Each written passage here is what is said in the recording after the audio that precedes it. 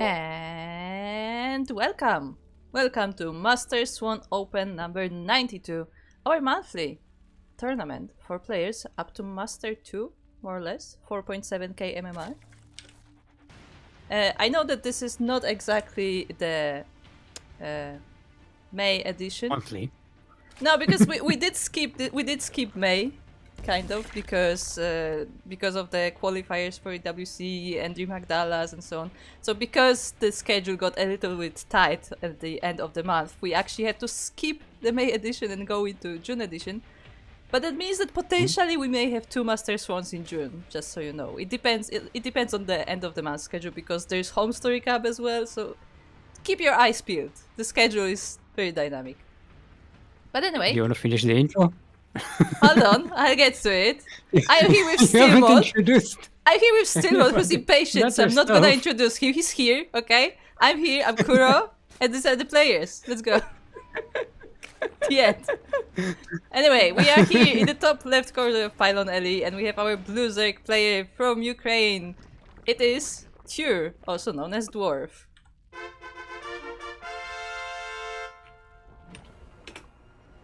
And in the south corner, southeast corner of the map, also a Zerg, all the way from the land of Korea. Give it up for our red Zerg. It's Troy Galaxy. Otherwise known as China. Is that? Yeah, what? Do we know what is Galaxy in Korean? Do you know? Because I know that he specifically made like Roman letter name, and I don't know if it's just translation of his name or if that's just a nickname. Let's go. I have Google Translate. Let's go. Galaxy, and let's go with Korean. Where's Korean?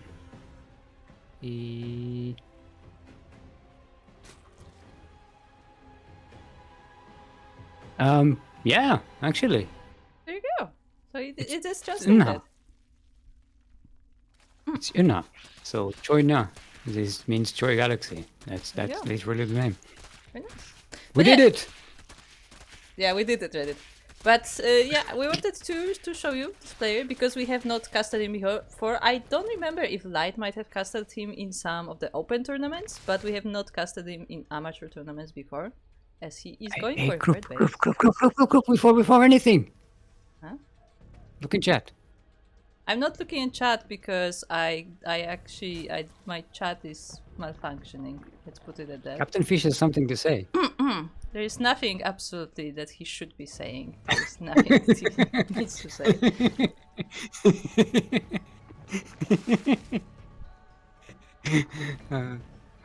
I actually did not see the chat, unironically, because my windows are all out of whack.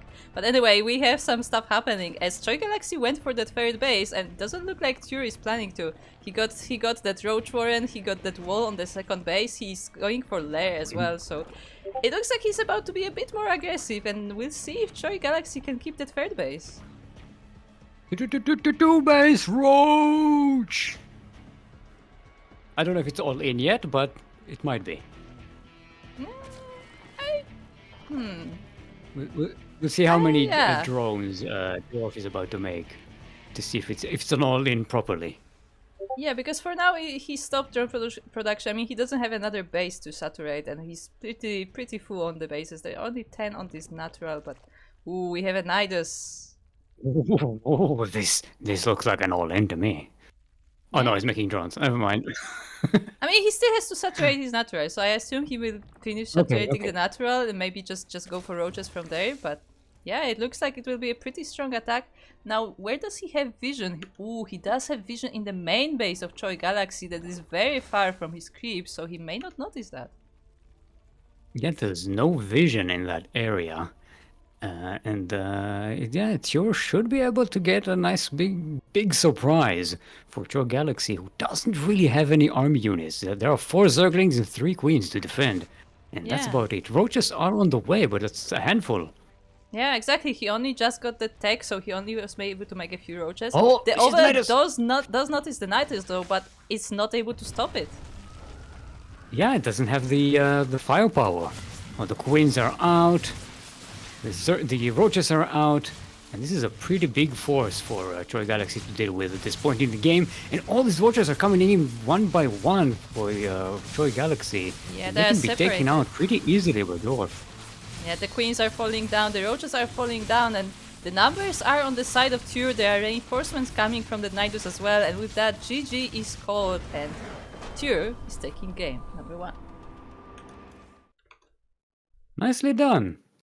Yeah. Nicely done. Very good strat. Choi Galaxy was a little bit too comfortable. Too greedy there. I mean, they saw that Dwarf was going for some kind of 2-base shenanigans, right? You know there's something coming. Yeah. Maybe. To be fair, I don't know. Just wasn't on it. I don't know if Choi Galaxy saw that there was no third base, that there was just the wall, and in all honesty, Choi Galaxy had very similar wall just like a few seconds later. I mean, Choi Galaxy did have an overload looking up on the third base, on the third bases. We can hear this. It's okay, so ley lines is going to be our next map. It's not LE, right? No, ley lines and ultra love are not LE. In Central United States, okay.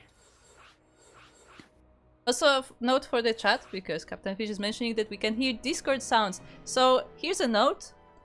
The latest Discord patch, which was at the end of May, somehow broke streamer mode, so it no longer automatically enables when you launch OBS. So it affects pretty much everyone. So if you hear Discord noises on any stream, that is why. That is because every streamer now has to manually enable streamer mode.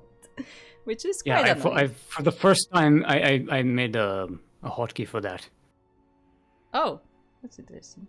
I can do that probably. Yeah, that's smart, Steelmold. I made it next to the hotkey for starting and stopping the stream so that I can. No, I You know. don't use a hotkey for that. I click. Yeah. Well, so, see, the problem is some of the games that I'm streaming are like on DOSBox and all True. kinds of like weird shenanigans. So I sometimes just can't alt tab out of games without things going Yeah. crazy. See. Okay, hold on. So what I typically I do. forgot I had that picture. Sorry, I just saw Did the you look at picture the of the stream? puppet, and I keep forgetting that that's my picture. Yeah, that's who you Cracks are. me up every time. Okay, what were you saying? Sorry. Anyway, we are in game number 2. We are now on lane lines, and we look at the top right corner of said map where we have our blue Zerg player from Ukraine. It is Dwarf, also known as Tur.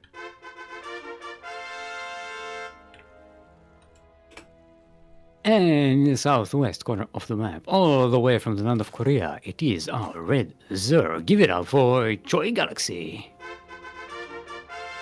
Or China. By the way, another reason why I wanted to feature Choi Galaxy is because it turns out that he recently became a tournament organizer as well. I saw that he posted signups for the first tournament. I'm sorry that I don't remember the name exactly, but I can check it actually. Hold on, 1 second.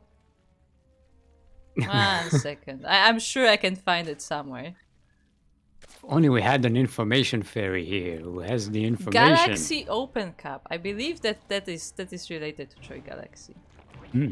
But, yeah, Nice. there has been a new tournament, so like, it's nice that there's more tournaments coming up, more community stuff being organized, and yeah, see what comes out of it.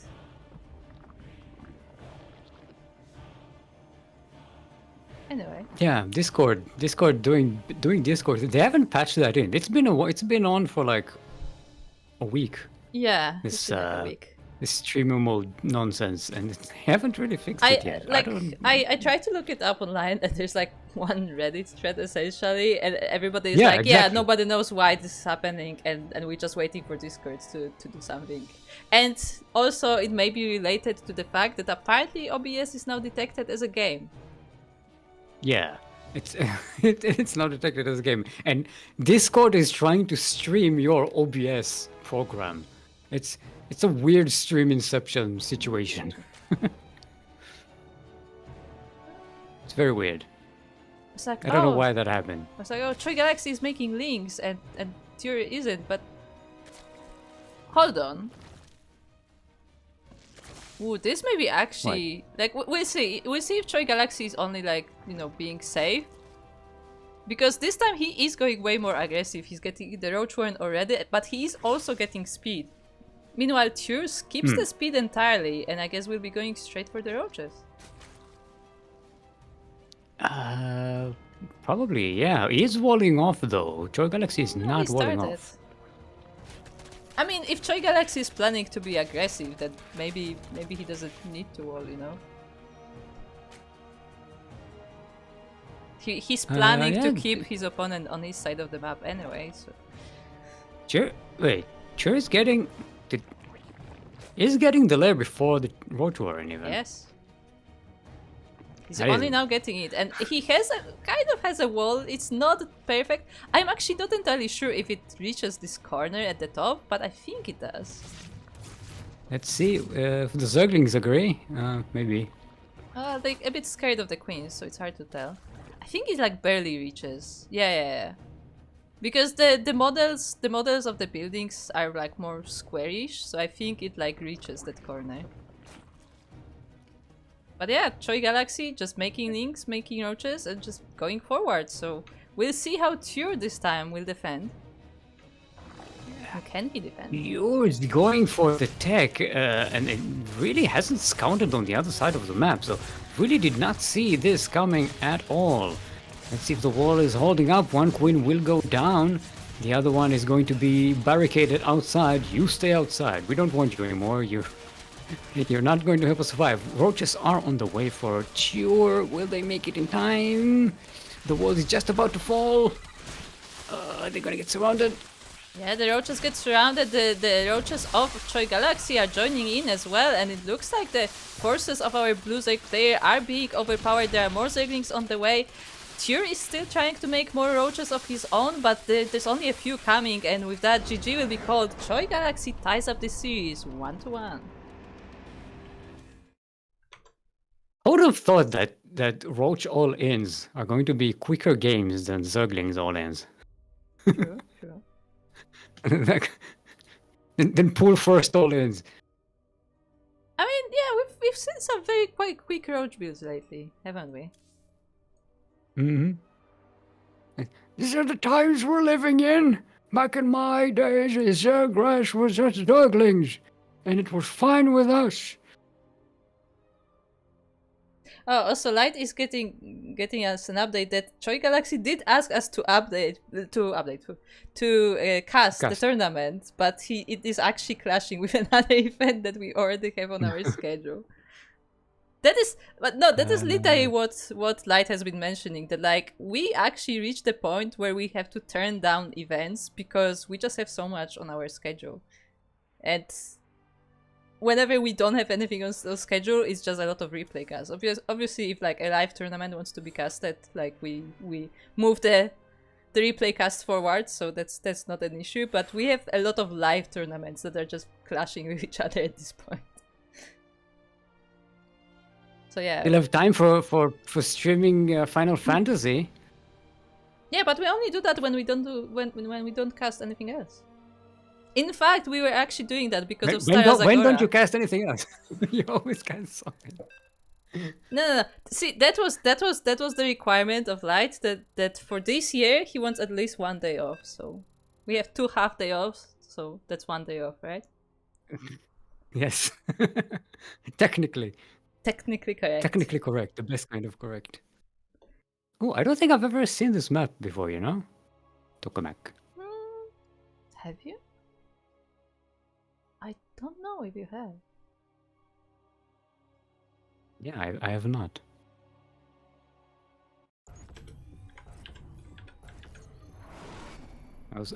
In my head I'm calling it takoyaki, but no, you have, because we just had this conversation last time we streamed together. Last time we casted. Are you sure? Yes, I am sure, because I remember that we concluded that this is clearly food in some way.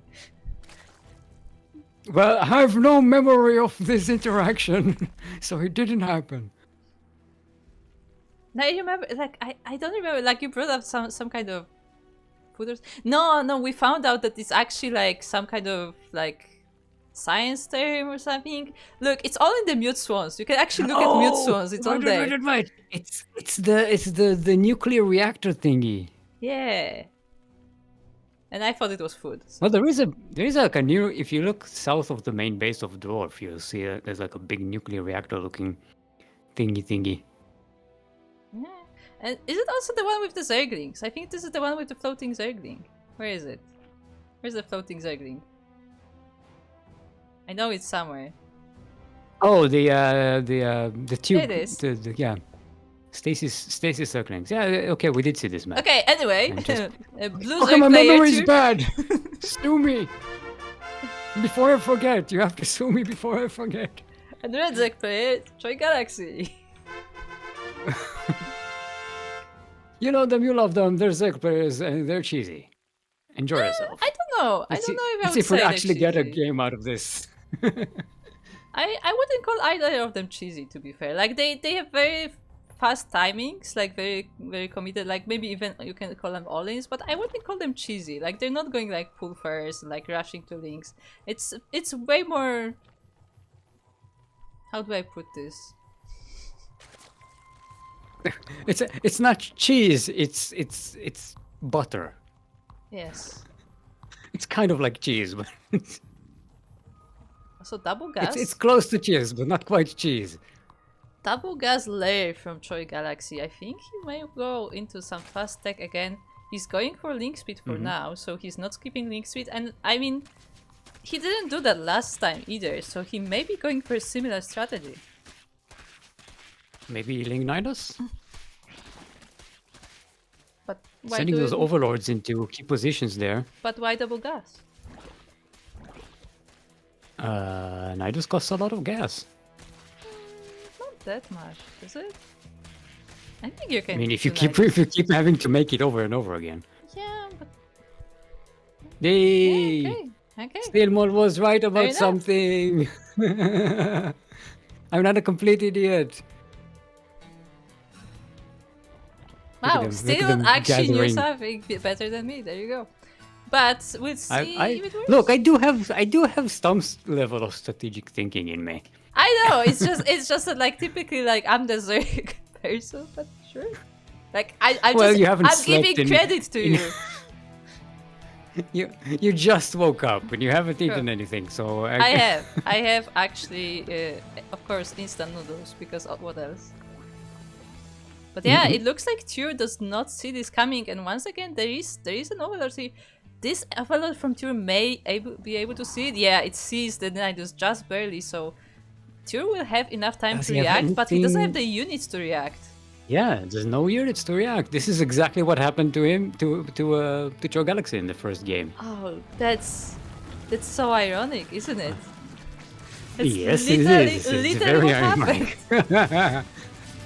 The revenge of the Nidus. Yeah, the Zerg is just getting running into the mineral line. The Arqueens, Tyr is using the drones to kind of cover for the queens, which is a pretty good idea. You don't want those queens surrounded. No, he sends them away. The queens get surrounded. They all go down. Yeah, the roaches The are roaches fighting the are queen. in, but there are a few of them. Yeah, there are a few of them. They fight the roaches- queen, and that's pretty much all they do. The Zerglings are still in the mineral line. More roaches popping out, but they get quickly surrounded. Looks like Choi Galaxy may have this game. I mean, 18 drones dead. Even if this attack stops, like, Tyr is not getting back GG's to that. goal. GG's called. Choi Galaxy. Very nicely done. Choi Galaxy taking down Tyr. Yeah, GG. As a reminder, today we have double elimination bracket, so Tyr, of course, is not out of tournament. Okay, now you call that cheese? Sure. I would call that cheese. Is that cheese enough? Yes, because this was like 1.5 base. It smells like cheese. It has the consistency of cheese. It tastes like cheese. It melts like cheese. I mean, it's cheese. It's more that like, it was like 1.5 base, so it's like very early, and I feel like that's the thing. Like, what's the definition of cheese? Because some people, especially the more salty ones, will call any aggressive strategy cheese, essentially. But like, I feel like cheese is more like this very, very early strategy that you just risk everything on the opening, and if it doesn't work, you just lose the game. Yeah, cheese. Yeah, that's cheese. When you're trying to win by being a surprise sneaky guy, rather than competent strategy brain. Look, cheese Does that make sense? Has to be pretty competent. No. I mean, in terms of like macro. Like strategy. It's not like full macro, like a lot of bases, a lot of army. It's more like very focused thing. Also, hello there, YouTube chat. We can see you. You exist. Yes. If you say hi, we see you. Yes, I do have my Restream chat on now, so I can read all 3 chats. 4 chats, actually. Yeah, I can read 4 chats now. I just got Twitch and YouTube. I have the connected. I have the connected Restream chat, which is Twitch, YouTube, Facebook, and Kik. So I can read all 4 of those potentially. Don't hold me to it. I may not be able to. We have Twitch and we have YouTube, and that's what we had when I was young, and this was the only chat that we don't have on the Restream is TikTok, and I hope they implement that soon, because it would be much easier for us. So I'm sorry to... on TikTok? Yes. I'm on TikTok right now? You are. So I'm sorry to TikTok users if we don't respond to your messages, but unfortunately it's very difficult to get your chat going with all the streams we already have on. You mean I'm a TikToker now? Yes, What have you old done to man. me? Yes, old man, you're on TikTok. You've ruined my reputation. I'm not supposed to be there. My purity, my TikTok purity Yeah, was now ruined. you can say that you are on TikTok. I'm officially a TikToker. Yes. If you pay me $1, I'll be a professional TikToker, and then I'll be really no. embarrassing. Oh no. But, speaking of chat, Captain Fish says, Kuro, I have an offer. For every prediction you make without me telling you, you get a subscription. If I have to remind you, you don't get one. That's an interesting one. Financial incentives. That's where it's at. We have I think a series. Anatar versus Beast might be starting. We could, unless we want to wait for Dizzy Dwarf and Pretty Fly. Because it would be okay, nice we can to wait. follow. It would be nice to follow Troy Galaxy. Yeah, okay. We can catch up with chat. And yeah, I think that would be a great idea, Captain Fish. I mean, I don't group want of to. Financial incentive. The embarrassment of forgetting predictions. Look. Obviously doesn't work on Kuro. No, it's not that easy to embarrass. Yeah, sorry.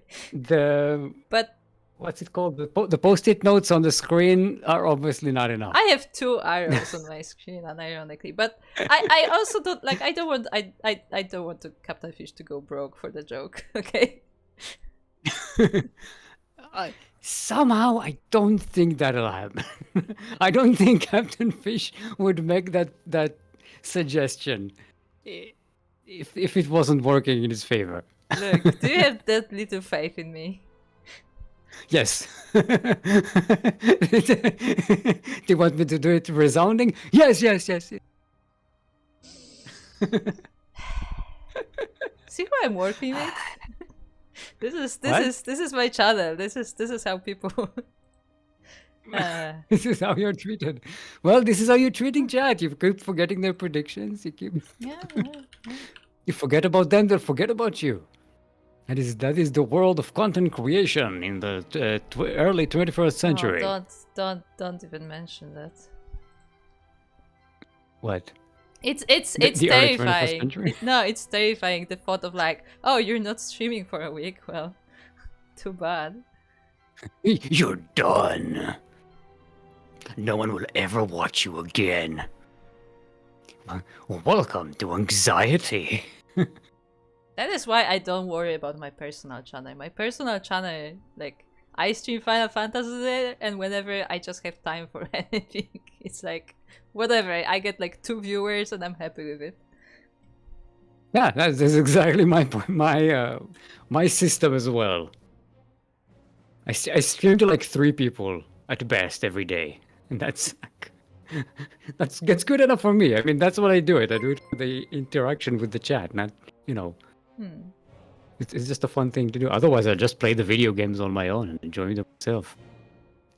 Yeah, see, I like sharing content. I like sharing good video games. So for me, it's more that like I want other people to see the game as well, even if they may not be able to play it themselves. Because that's how I experience a lot of games. Like games that I couldn't play for whatever reason, I would watch other people play. So that's kind of my idea of playing.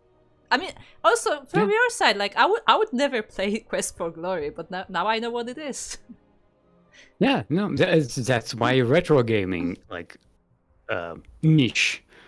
And so I like to play these old games because show people things that they've never seen before. Also, shout out to Luis for raiding us. Yeah, welcome Luis viewers. Luis GG. Yes, as a quick note, I think it's just GGG. Triple G. Yeah, it's a great good game. Great good game, yes. Or maybe good game gaming. Maybe. I love that name so much for a team. It sounds like the name for a parody team that you make in a sketch about esports. This is the thing. Good game gaming.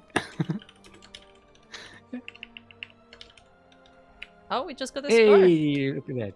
Yeah, this is Dwarf winning 2-0 versus Pretty Fly, aka Horseradish.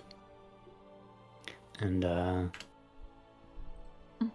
they will be our next game. It's invite to party.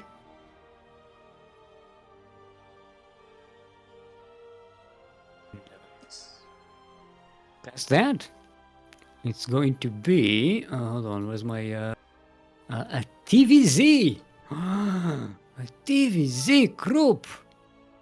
Uh-huh. Look at this. Yeah. What a privilege.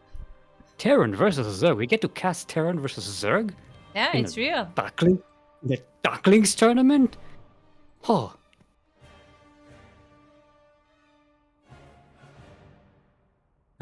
So it's going to be Poland versus Korea. Yes. Oh,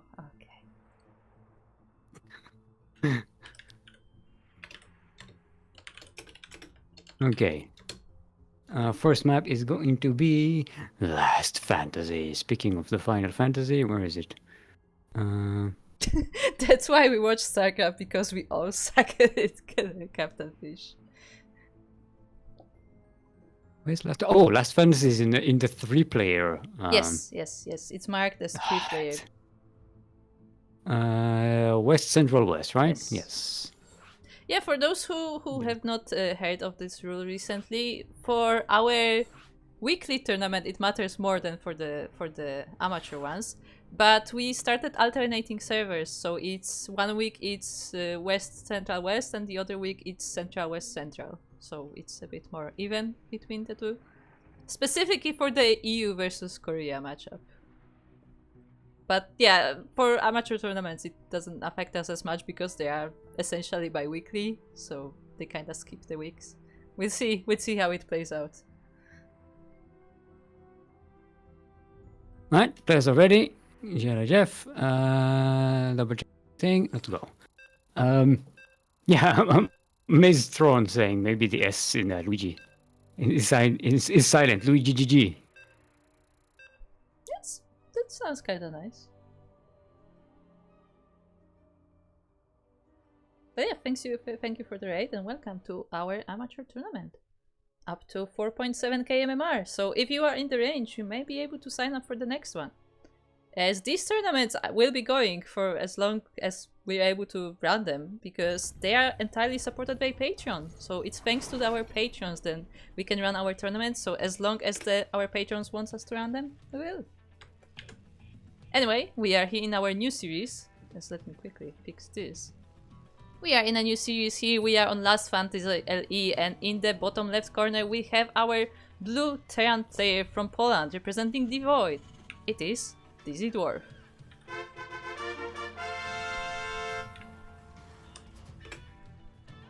In the north side of the map, all the way from the land of Korea, it is our red Zerg. Give it up for Choi Galaxy.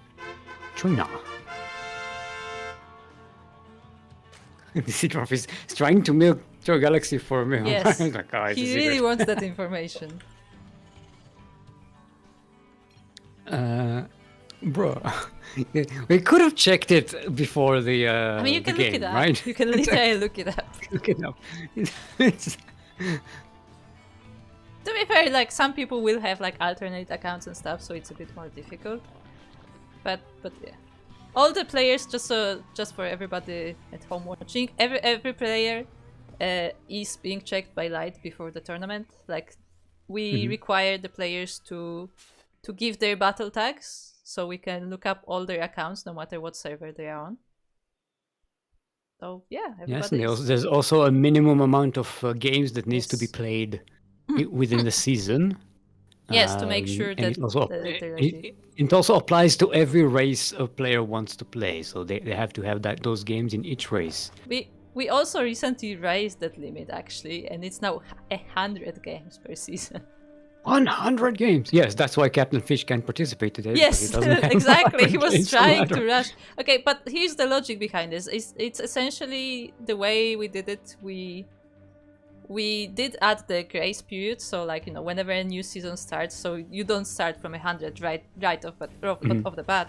Basically, we add 10 sense. games per every week. So if you play 10 games a week, you should be fine. Okay. Well, that makes sense. Up to 100. And so then it stops at 100. Yeah. And it's a reasonable amount, I think. Yeah, consider if you're playing regularly, because obviously if you just play for the tournament, then yeah, playing 100 games for the tournament is a bit rough. But if you play more regularly, it should be fine. Yeah, if it encourages you to play more regularly, Yeah, that's also a the benefit. point. That's kind of the point. Like we want these players to play the game, to practice and show us good games.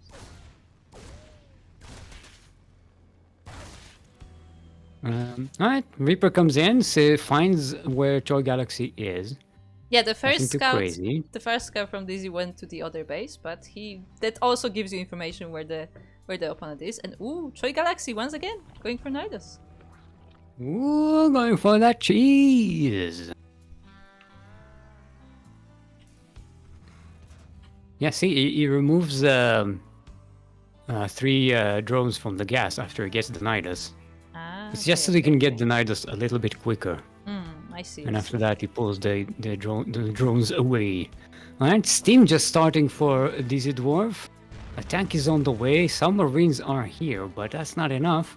I mean, the Nidus is not in vision. Yeah, he does not see it's just not in vision. I mean, the good part is that the army is like close by. It is in the natural, but I don't think he will be able to react in time.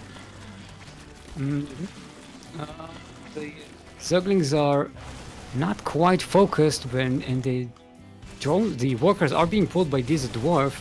I think Dizzy Dwarf should be okay. Now the tank is out as well. Yeah, this gets completely annihilated. Yes. Did it? Oh, I'm going to stay in game for a second. I want to look at the units lost. Okay, so he lost 6 SCVs and 1 Marine for 20 Zerglings and a Queen. So yeah, that was not did not go as well for the Zerg here. Yeah, definitely. I mean, I feel like the thing is like the tank definitely helped, but I want to commend Dizzy Dwarf on his control of the units there, because he did pull the workers, but he actually used the workers to funnel the Zerglings a certain way, and the Marines were able to help with the defense thanks to that, because all the Zerglings were held at bay. I guess that's the phrase. And yeah, that was just very, very well executed defense. Like the Queen didn't really matter. The Zerglings were kept more or less in between the buildings in the Sim City. And even though he didn't have many units at the time, he was able to quickly fend it off. Yeah, very competent defense. We thought it might be catching by a surprise, but I mean, I guess he was already preparing for some kind. I guess no, but it was already preparing for some other shenanigans. So it caught him by surprise, but he was sort of ready for something. Yeah, like he was preparing an army regardless, and he didn't move out yet because he was still waiting for his tanks and stuff. So he had the army there. It was more that like the strategy itself was not exactly how. Actually, unless he saw the gas, did he saw the gas with the Reaper? He might have, right? Possibly. But then wouldn't he also like put some more vision in his main if he knew that was coming? Yeah. Either way, very well done by Dizzy Dwarf, and we will be going now into game number 2, which will be on Pylon. I love the colors on this map. That purple, black, kind of beige combination, gold is very nice. All right.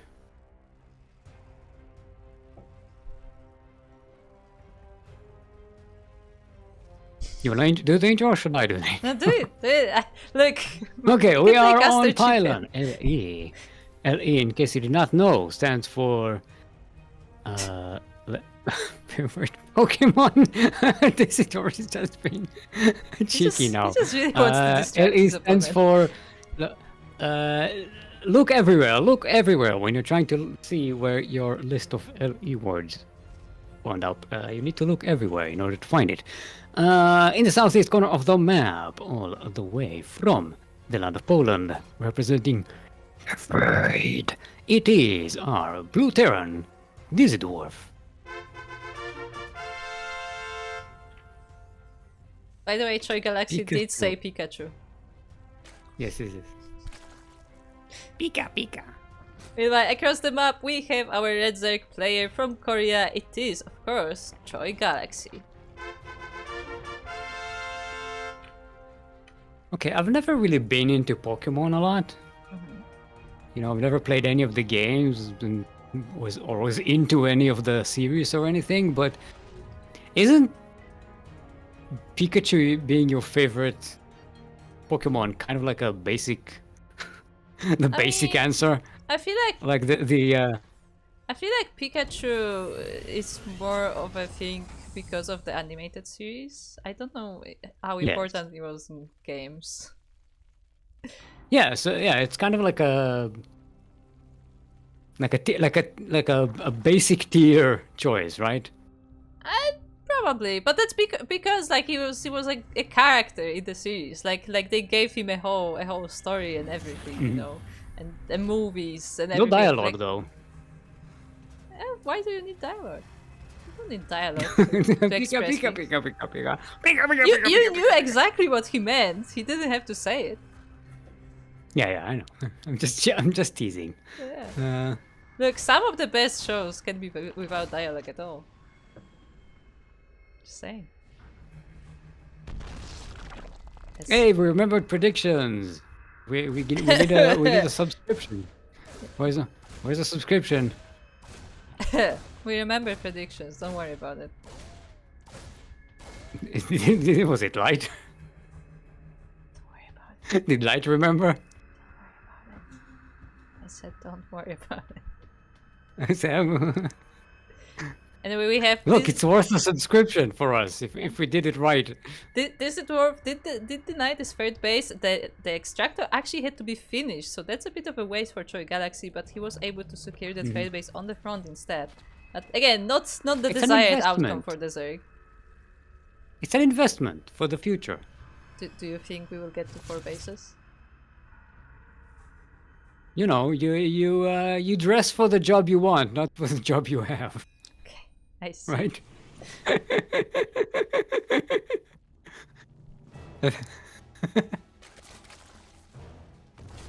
There will be no Nidus this time, as we only have 1 gas and not much mining on it either. So I think actually this may be a bit more straightforward game here. Indeed. This is dwarf. Yeah, 2 base. Nothing special. It's a typical Terran opening. Yeah, basically at 1-1. I didn't check if it was a 2-1, but I think it was a 1-1 plus 1-1. No, it was 2-1-1. He starts with 2 Rex. Okay. Oh, okay. Fair enough. Well, yeah, that's why that's why he has all I these notice Marines. he doesn't. This makes sense. He doesn't get any Hellions or anything though. Like it's just straight Marines. It's the only button you need, right? Yeah, yeah. And to make them, to move them. Yeah.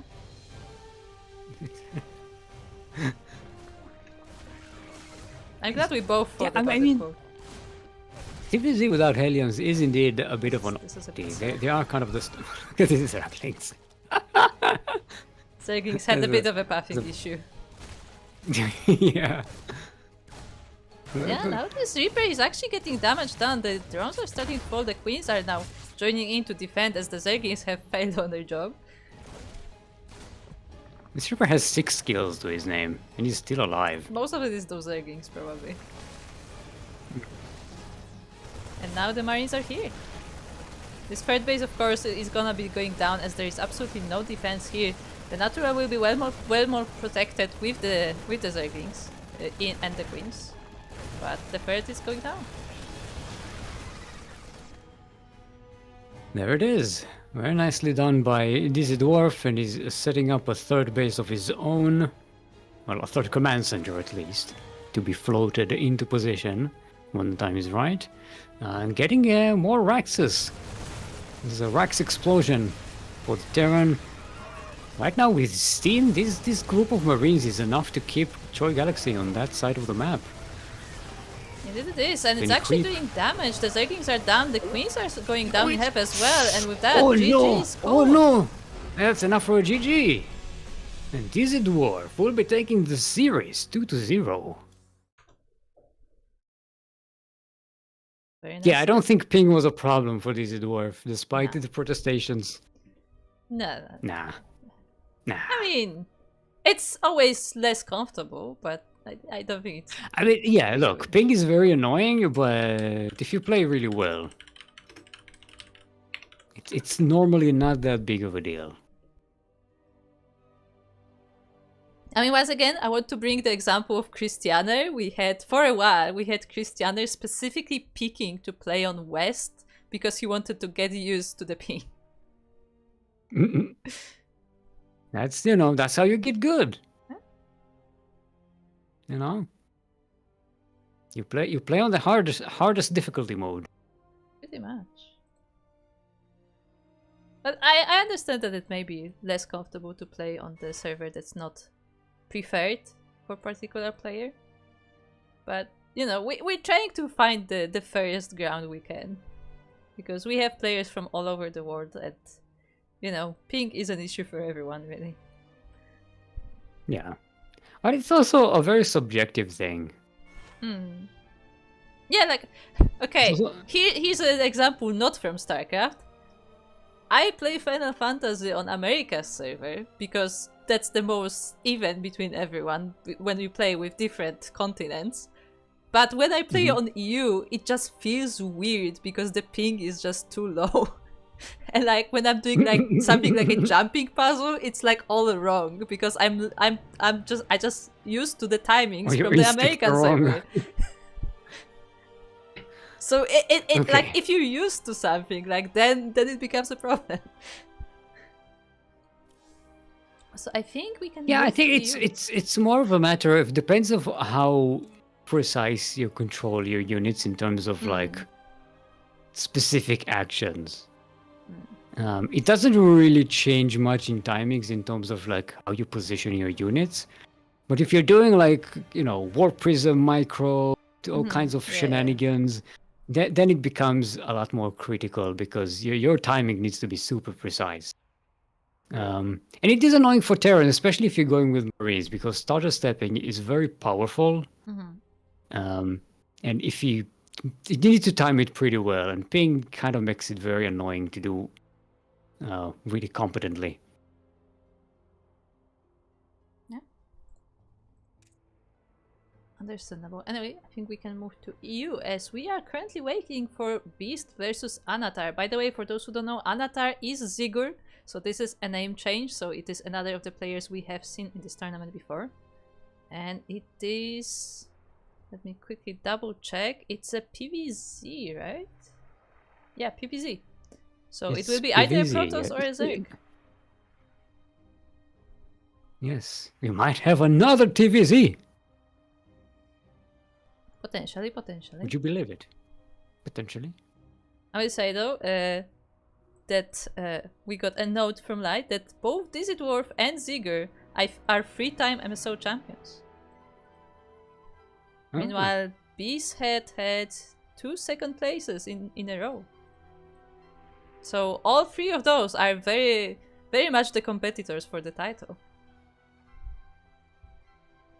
I'm looking at this and I'm seeing some names from the last century.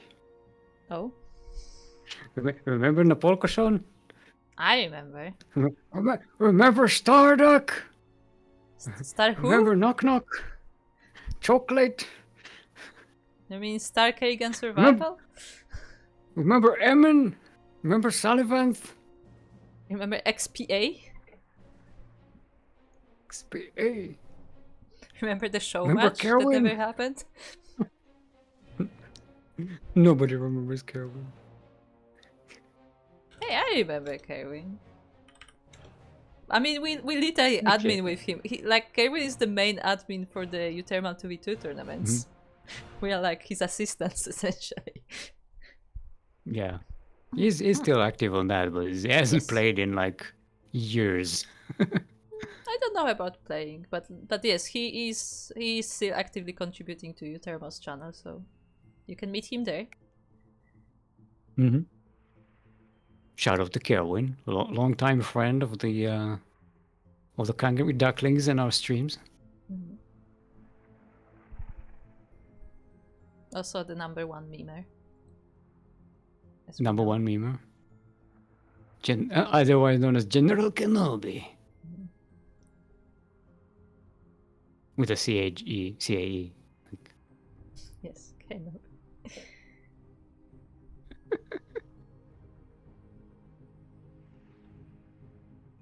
Alright, would you like to tell everyone about our Patreon? Sure. For those of you who have time. not heard about it yet, this tournament, just like our other amateur tournament, Duckling Open, as well as our open weekly tournament, Sparkling Tuna Cup, all three of those are funded via Patreon. So we are able to run this thanks to the support of our patrons. So thank you very much to everyone who is already supporting us. And if you feel like you can spare a few dollars, then you can also join the Patreon. We don't have a lot of perks right now, but you can get at least replay packs from the tournaments that we are able to share the replay packs from. So that is potentially an incentive there. Other than that, we have a special channel on our Discord just for the supporters, which also includes Twitch subscribers and YouTube members. So not super exclusive, but exclusive. It's for supporters. That's why I'm saying supporters and not specifically patrons, because it's from support from all these different platforms. Because you can choose whichever one you prefer, whichever one is the most convenient to you. But Patreon is the one that's like directly supporting the tournaments. Like the entire support from Patreon is going into these tournaments, and thanks to the Patreon, we can run them. That's why these tournaments will be going, and they're not stopping anytime soon. Going and going and going. Yeah, like the only times when we're not running the tournaments, it's when we literally cannot, because there's just too much on the schedule. like when there are the big tournaments happening, like we have to move things around and shift the cast a bit, shift the tournaments. So that's when sometimes there's a few less tournaments in a month, but generally if only we are able to, we are running all of these tournaments. Again, weekly Sparkling Tuna, and the amateur tournaments are technically both monthlies, but because there are two of them, it's essentially a bi-weekly for amateur players. We will be casting those until we are old and grey and all live in one nursing home. Still. And we're just casting StarCraft. Still, I'm already graying. What do you want? I'm already grey. What do you mean when we all end grey? It's already happening.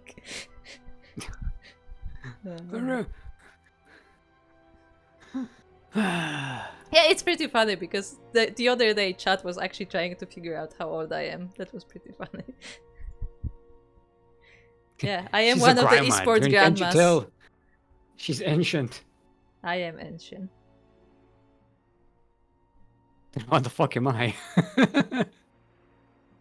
You're you're the Eldritch. You're the next level.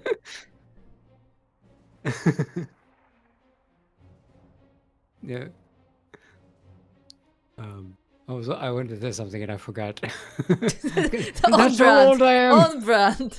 That's how old I am. Oh, right. I was posting. I have a YouTube channel now where I post some of the streams that I do. So I posted some older streams from like years ago, and I posted one playthrough that I had from a game. I like, oh, my beard, it looks weird in that, and I was like, oh, it's not gray. Okay.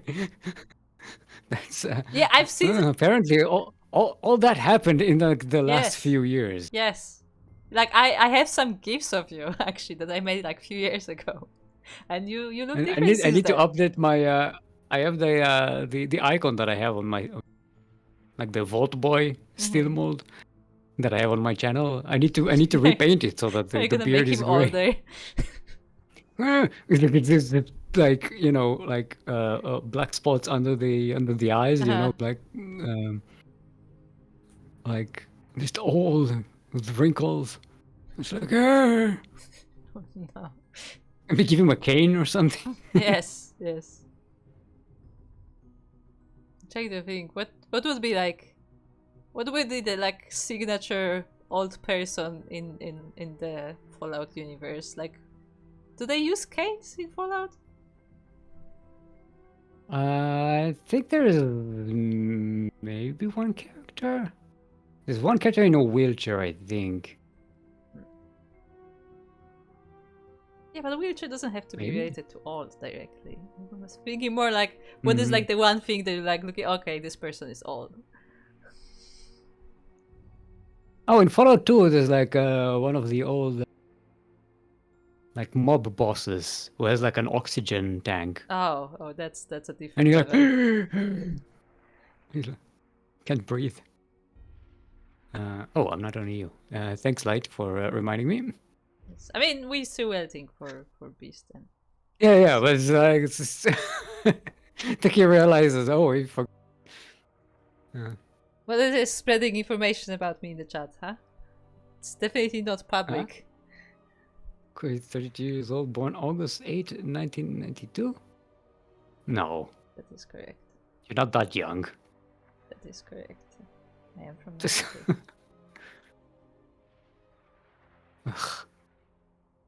I was born in 1982. Yeah, I know. Like, there's 10 years between us. It's pretty funny. Awful. It's awful.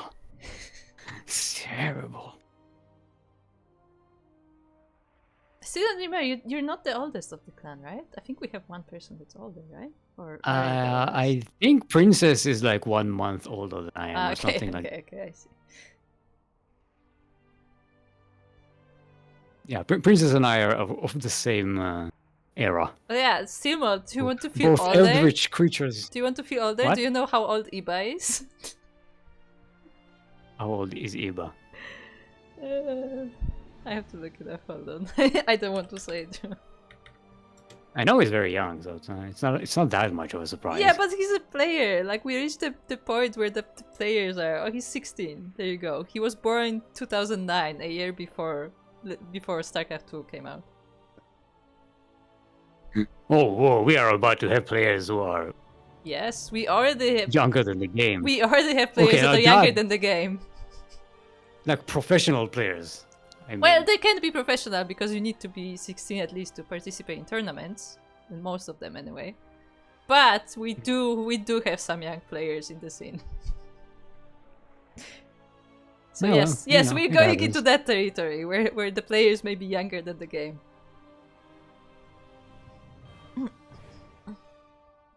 that's cool. I mean, we already had that with the first StarCraft, so Yeah, that is true. no, True is not younger than the game. No, True is my age actually. True. I always find it very funny because I would actually call him like older brother because of the Korean, tradition. I would call him older brother even though there's like 4 months between us. I just found it funny. Well, that's how they do it, right? I Like know, if you're a but day to me older it was than funny. someone, that you're like you have seniority. It's like it's weird. Captain Fish, we know you are a baby. It's fine.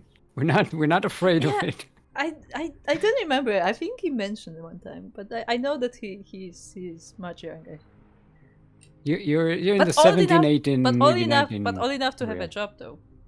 So You know. Back in my days, we used to go to work and we didn't.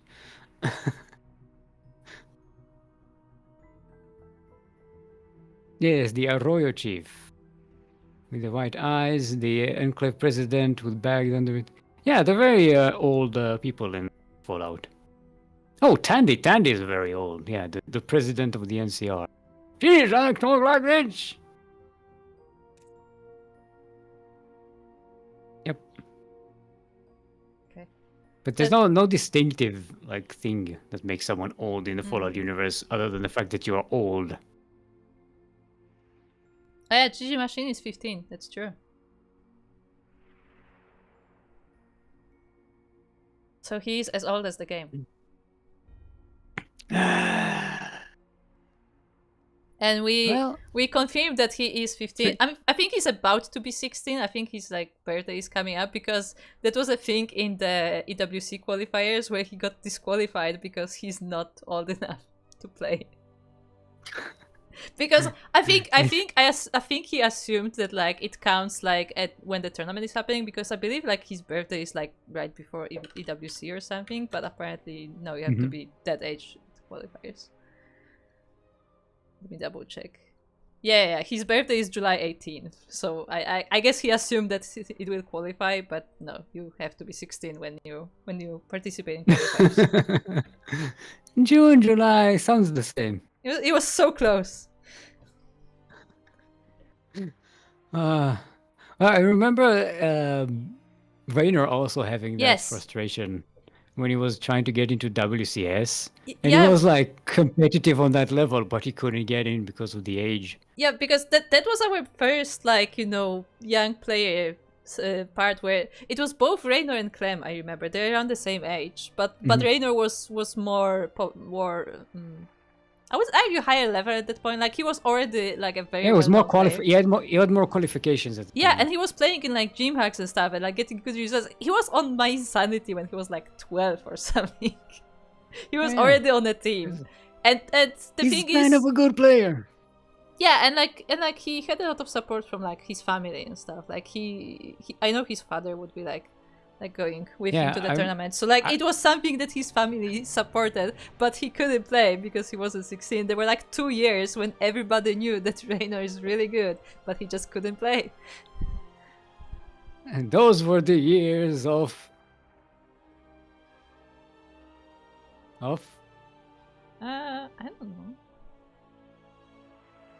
Of? I don't know. Don't. Serral. Those were the years of Serral, just before Raynor came in and started taking him out. Yes. I think it was like the tail end of that. Like when it was like the last because year, as soon as Raynor joined in, because he practiced with Raynor. Okay. Serral and Raynor practiced together, so Raynor was in the best position to take him out. And would take him out of like prestigious tournaments. Oh, there you go, Captain Fish is 19. Yeah. Well, welcome to the world, young'un. Baby. Baby. Babies. Babies. Oh my god. Sorry, no, I'm not going to start. I'm not going to start talking like that to players. That would be too much. It's funny, but it's too much. Yeah, I've never done that, actually. I remember who posted it. I think Raynor's father posted something sometime after In Control passed away. That he sent In Control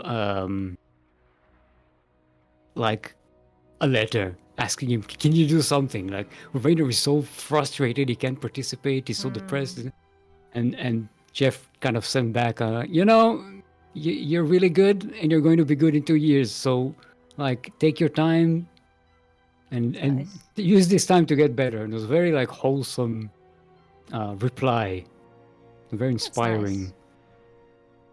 Yeah, I don't have a link to it, so I don't link to it, but it was a very good thing. You can look it up. It's a very inspiring read. I can definitely understand. I can definitely understand being frustrated, because I mean, like, it's such a, how do I put it? Like, it's hard to stay motivated when you cannot really test your skills, and like in a year, there's no telling if you will still have these skills. Like maybe this is your peak condition, and it will only be worse from there. It's also I don't know if you remember, but at that age, a year or two sounds like eternity. True. Like the time is feels very like eternity. different. It's just like when you get old, those years just start. start passing it like, what the fuck happened? Oh yeah, There's no, like periods definitely. of time when I was like, oh, that was 3 years ago. All right. That I remember things that I kind of wanted to do and kind of forgot about, and then Uh-huh. remembered. I was like, oh, that was 4 years ago. That is longer than I was in university. No, see what happens is And you're like like, I go to my YouTube channel. It's like, oh, I guess I haven't uploaded a video in a while, and it's like last video 2023. Like, oh, okay. yeah, yeah. Remember, I just started uploading things to YouTube. I started that YouTube account in 2020. Yeah. Yeah. It took me 5 years to start using that stupid account.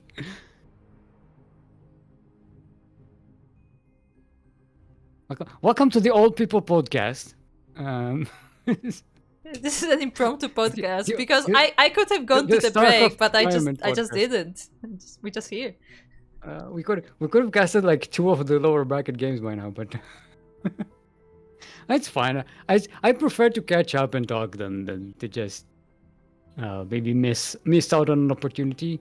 Beast and Anata are currently sideways 1-1, so it shouldn't be too long before we get our semifinals on.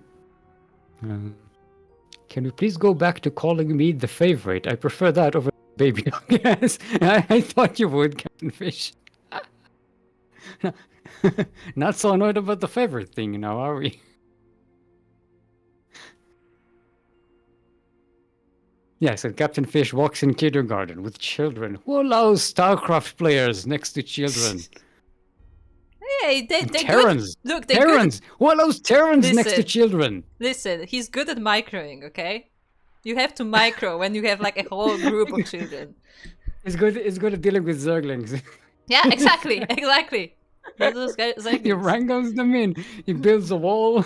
you have like to have a good sim Like the city first so thing- they go in the right direction. He just goes into kindergarten in the morning and starts to herd everything, like put all the little like wooden blocks, like builds fortresses and walls, and funnels all the children. Yeah. Like this is what playing Terran has taught me about life. Look, you're This is how you laughing, deal but with I mean, problems. it's not easy to manage an entire group of chaos.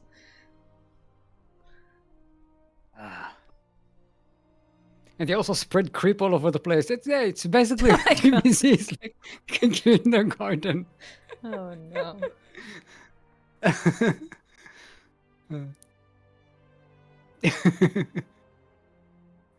Just don't do Steam, okay? No Steam in kindergarten. Yeah, no, it's inappropriate.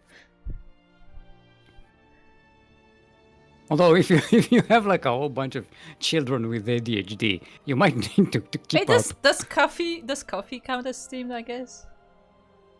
Yes. It's like a lighter version.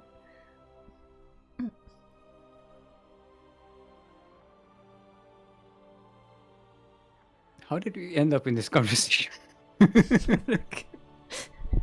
We've been sitting here for like solid 10 minutes. That's what happens. We've evolved into retirement. Welcome to the StarCraft This is- retirement home. With the StarCraft Retirement Podcast. I am your host, still What? like the metal. More like the thing you put the metal in so that it retains its shape when it cools down. With me, of course, are I'm still mold, still like the metal. More like the thing you put the metal in so that it retains its shape when it cools down. Huh? Hello? Hello? Hello, Grandpa? Hello? Grandpa, you okay? What? What? What?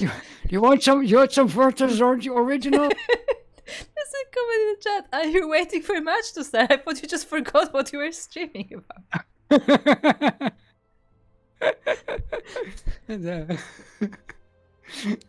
So it sometimes happens. Remember the outro cast? The outro podcast?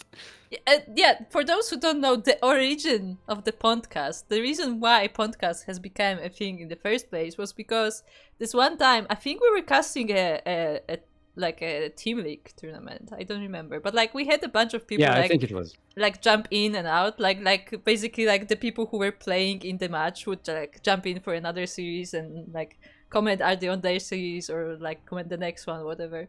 So like we had people jumping in and And out, and then at the very end, like instead of doing a everybody walk-off- joined the channel, and it was just chaos for the next half hour.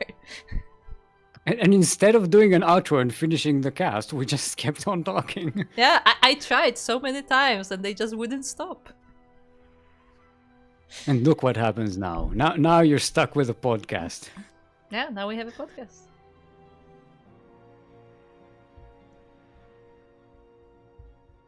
Oh no. Yeah, link flood. Yes, yes.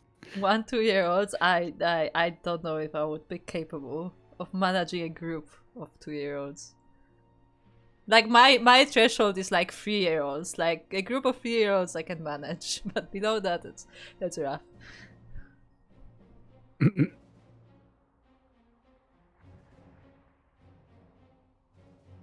I think they don't have any wings. Yeah. They can fly around, I mean, jump look, over cliffs. they could be raptorlings. Yes, they can jump over cliffs.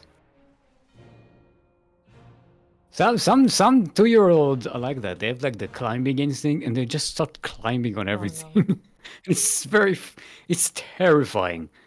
I mean, And one of my nieces what is- had that, and she just climbed on everything, and it was you look away for a second, you look back, and she's like on a wall somewhere, and I go, ah! Okay, what is worse? A kid who climbs everything or a kid who just tries to eat everything?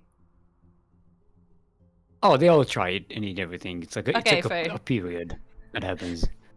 You just like grab and put it in your mouth. Yep. See what happens. YOLO! You only live once. Yeah, it is a little YOLO. It's like doing a retirement speed run. It's just eating crap on the ground.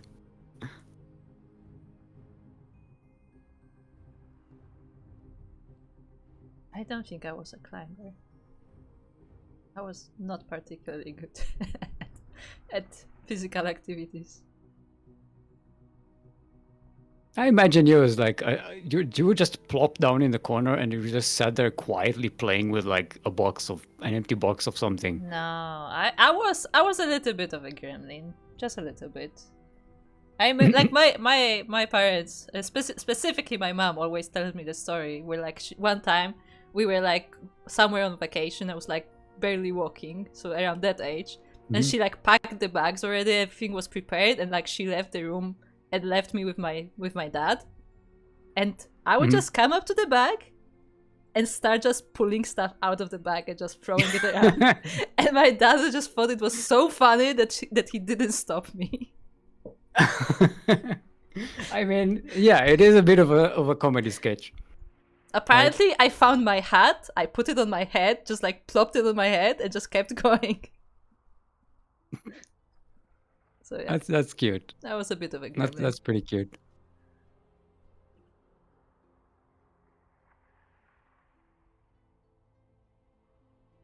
Ah, gremlins. What are they doing in there? Beast, Anatar. I mean, they're in game 3. It's a PVZ. Get over it. Oh, PVZs can last a long time. I mean, we just had like in Dallas alone, we had some 40-minute PVZs.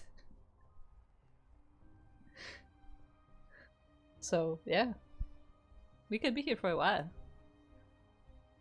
depending on. I what's the remember when PVZ was fast because the Zerg would just win and underporters would complain and the game was over. See, Captain Fish agrees. Kids who eat everything are worse. Because you Yeah, just no, have to it's constantly very- look at their hands.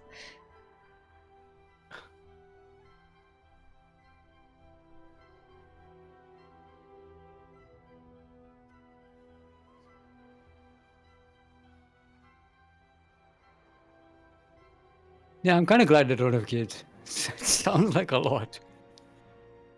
Yeah, Every time I I look at have it, I'm like, some "Oh." experience helping with like sport classes for kids. So I have that kind of experience, and my way of I have dealing with 3-year-olds is just as long as they're not causing trouble, they're fine. So they would just follow me around and do whatever.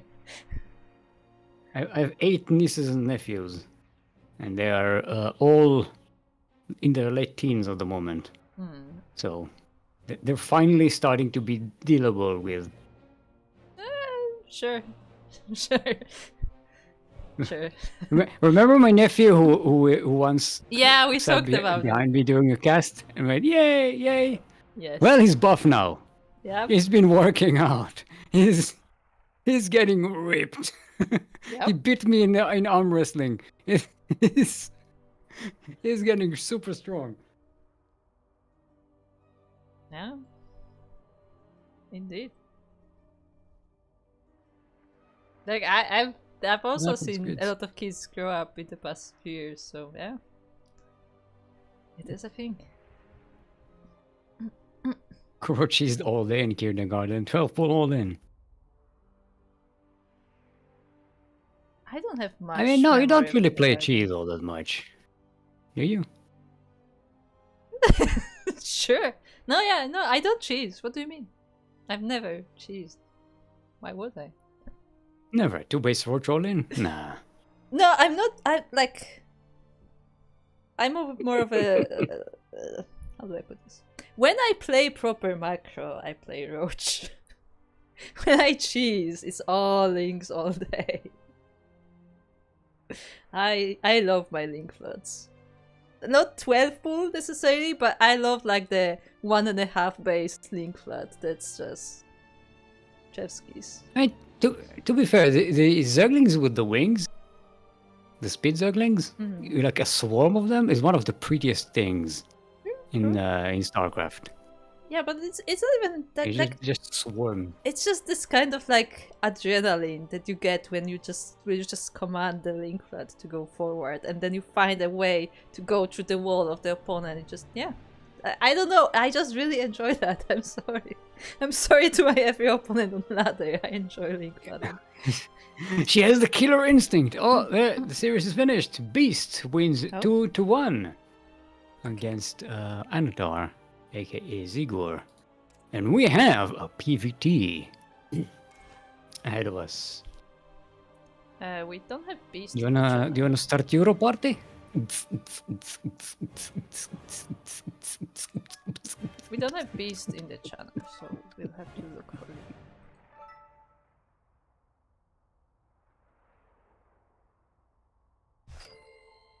Yeah, I don't see anybody on EU.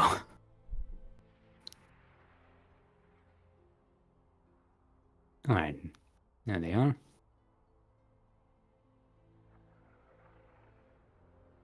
Alright, Beast is asking for a minute, which is fine. We just finished a long-ass series.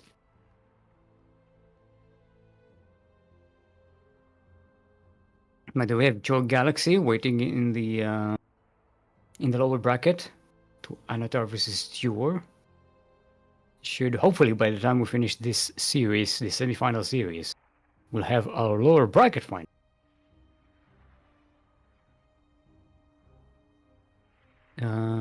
Torches. I don't remember torches. Did I see the map torches? I don't remember if we casted on. I think we have.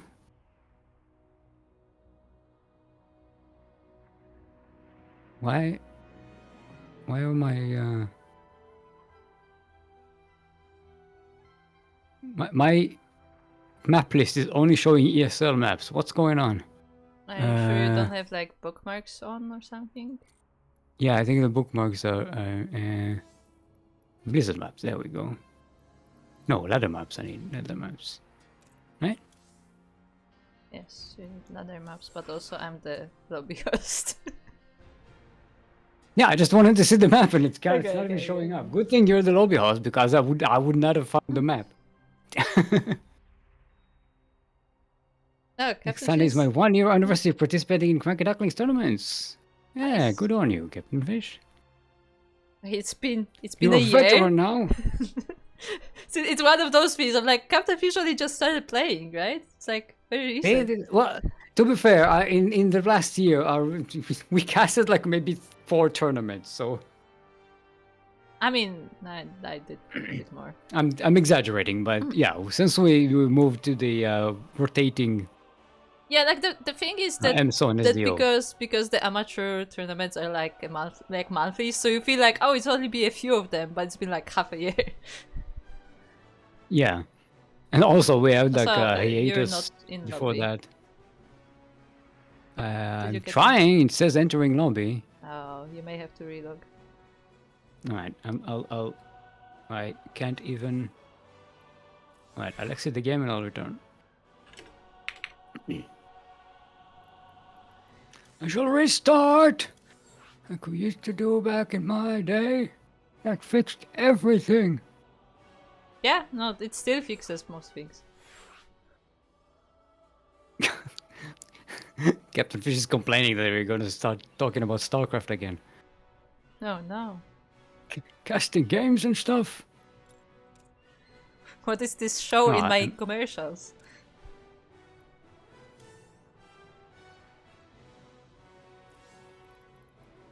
I want my jingles. Let me in, party. Input limit reached. Please wait to perform more actions. What? You're too fast, Silmar.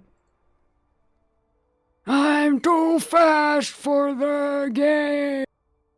Can't keep up with me, son.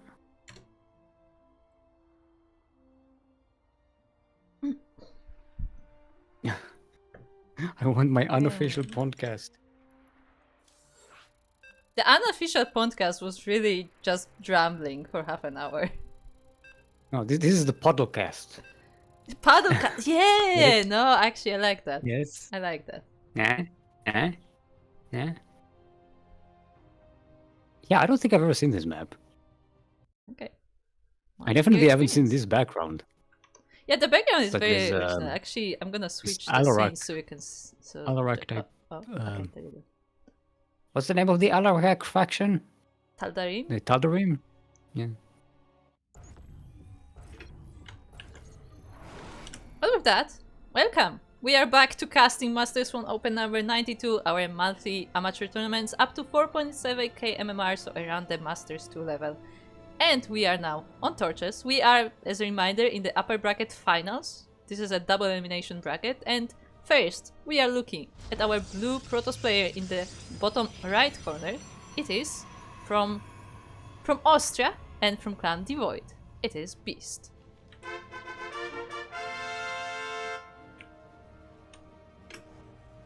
And in the northeast corner of the map, all the way from the land of Poland, are Red Terran, also from Clan Devoid.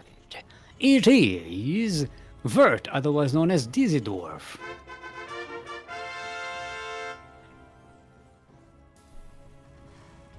And we have a TVP. PvP! Yeah, I'm gonna take a look around the map. Well, there are a lot of torches on this map. I mean, yeah, as the name suggests. Oh, and it has those big crypto thingies. Yes, it does. I hate them with passion. They are destructible, right? Yes, they are destructible, and they are dying on their own as well. Should be mandatory to destroy them. Just mandatory destroy all of these. Yeah.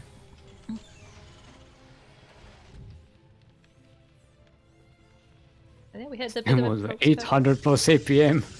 for joining lobby. I mean, look, you have to be fast. You have to be fast with the lobbies. You have to be faster than the game. So shout out to Beast for having a trophy. For those who don't know, those are the trophies for the automatic tournaments in StarCraft, in the client. Which are very weird. Look, it was a good idea, it didn't exactly work out. That's what I would The say. implementation was not I don't know the if best. it's implementation or just, like... Yeah, no, implementation has some issues, no, you're right. The implementation has some issues, but like the biggest issue is really that it's very dependent on participation, and like not a lot of people actually do nowadays. Not because it like lost popularity. Like I don't think it ever like really got off the ground. Unfortunately. I don't think most people even know that it exists. Yeah, that's what I mean. Like I don't think it ever like really got popularity.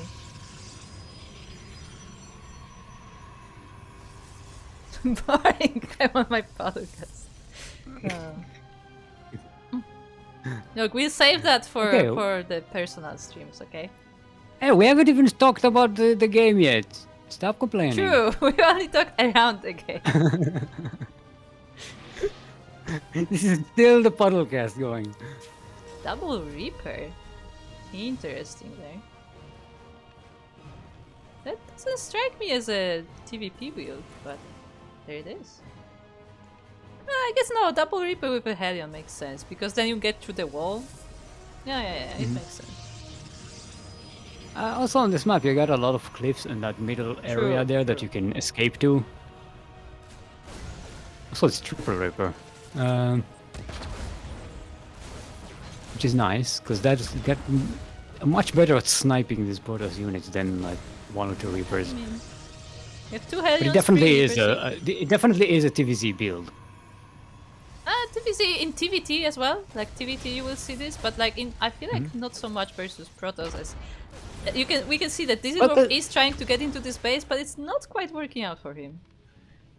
I mean, these are, of all the Terran units, the Hellion and the Reaper are the ones that do the least amount of damage to Protoss units. Yeah. So, especially even in the early game unit, the Protoss units are just too tough for them. I will say that they're good against probes, but the others, nah. Like I would say that's the thing. Like that is a strategy. As this move out from Beast will actually deal with this. But there is this strategy where people will send a few Reapers and a Hellion, and like the Reaper essentially bounces whatever unit is in the wall, and like then the Hellions get into the mineral line. But that was not quite this situation here. Well, this is more just to see what the Protoss is coming up with and keep them on the other side of the map until you get your tanks and your Cyclones. Hey, there's a hole in the wall. Ooh, nice hallucinated stalkers in this army to make it look bigger. Maybe tank some Cyclone shots. Was this dwarf was trying to go these, but had to drop it here for the defense. So that's a bit of a messed up plan there. One of the hallucinations. Shooting the hallucination. Yeah, that's kind of the point of hallucinations, to tank some shots from the Terran army. But yeah, it looks like Dizzydorf does have enough to defend here, and Beast has to go back home. In fact, does Beast have enough to defend? I don't think Dizzydorf has enough to attack, so it's not going to be that big of a problem right now. Beast is, in the meantime, finishing up that third base. Dizzydorf starting a command center on the high ground. So both of them are kind of over this early game shenanigan and will go on into the mid game. Beast moving out across the map, but now there is a tank. They have 2 tanks to defend here. This really shouldn't be doing anything. Yeah, I mean... Even with Blink. Yeah, Blink is finished, so that is potentially a thing, but yeah, with 2 tanks, I don't think there really is a way in. There is a drop by Dizzydorf sneaking towards the main base of Beast. Well, just not much to defend, not much to back up the tanks, and the Stalkers jump. They get one of the tanks. They're starting to target the SCVs, but they do get pulled back away. So, yeah, and there's the recall to deal with the Cyclone and 4 Marines. Oh, they do manage to get the Medivac, so that's a great catch, but it puts an end to the attack. Yeah, so I mean, it's a bit of a give and take. Like, on one hand, it was really nice for Beast because he did catch that Medivac together with all of the units, but that also, as you said, that means that the harassment is no longer happening. In the end, he took 1 tank and a few SCVs. How many? Like, there 2 SCVs died, 2. so like, not really a huge amount of damage there from Beast, unfortunately. But so far, pretty good trades for the Protoss if you look at the units lost tab. It's a pretty good. Oh, it got a Liberator at some point. We didn't even see the Liberator. Oh no. Alright, this is threatening the third base of Dizzydorf. Gonna catch some of these mules, but yeah, no, they have to back away. Still trying. One of my favorite sounds in StarCraft is the siege tank There's some adventures explosion. Marauder there Just as well. wow. Yeah, no, they have It's such some good an sounds. overkill sound. It's such a percussive sound. I love it. Especially if it has like some comedic timing. Like a It's tank fantastic. shooting one Zergling. Yeah. And the second gets yeeted away. Yes. It's so funny. I'm just thinking about it makes me laugh. Yeah, now we have charge on the way. We have the first Colossus already out, and now this army is getting much stronger. So we'll see how it deals with the Terran stuff. We have 2 tanks here, 2 siege at the ram, and a bit of a bio as well. Viking production is starting, so those will be there to deal with those Colossus. Also, we have the Observer snipe there, so we'll see how it goes. I mean, for now, it That's looks always a like good Beast just catch. expands. This is going up to 4 bases, which is a very good place for the Protoss to be, and a terrifying place for the Terran to be against. So it's up to Dizzy Dwarf to try and punish that. Catches this charge lot run by here.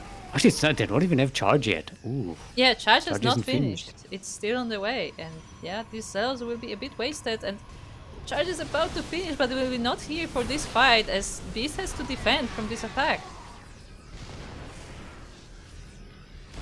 There's only one Colossus. There's an Immortal. Ooh, there's a charge bike coming in from the side. It has some shield batteries to protect it.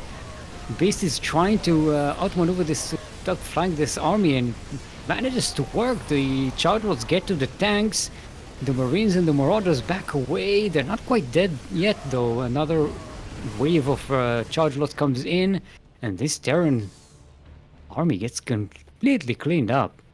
Yes, indeed. The charge only finished towards the very end of the fight, but just the sheer number of zealots was able to overpower the Terran army, and as the bio was moving back, the tanks were left uncovered, and yeah, with that, Beast is able to hold, and he will continue on his 4 bases. And now charge is finished. There's +1 ground weapons for the Protoss. Thermal lances, Colossi. 2 more Colossi are party. So this is starting to be a very, very frightening Protoss army. The Terran getting more Marauders, more Marines. 1-1 finish. It's kind of a little bit lagging behind, but it should be okay. It's not super behind. I'm surprised that did he have any Vikings in that army? He did, but only a few. I think there's He lost just not one, enough. so I'm guessing Yeah. there's only one here. It does not have very frightening. It's just 3 Colossi is like basically like endless storm. Kinda.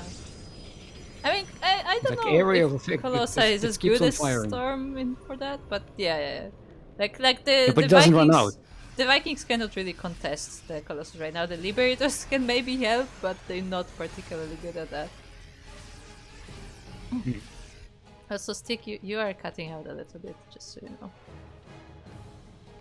That's my Discord for you. You have to maybe check the sensitivity or something.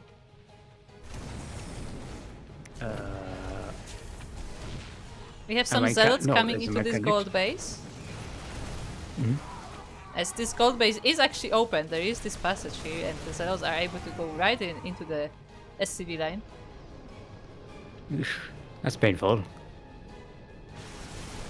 And now the main Protoss army comes in. There's really nothing to defend. Dizzy is coming in from side with a flank, but there's only a handful of Vikings. They managed to kill some of these Colossi. All of them. The Colossi were in range of the bio. Still, this is doing way too much damage. There's still enough Protoss here to mop this up. Yeah, 19 SCVs go down, and even though the Colossus did die, that was not enough. Beast will be taking game number 1. Very nicely done. So it was a very... Is my connection stuttering because of Discord, or is it just shutting up? Hold on. Let me change server. Let's start there. What is a good server for you? Let's just go. There we go. That looks better. Now it's 65 milliseconds instead of 300.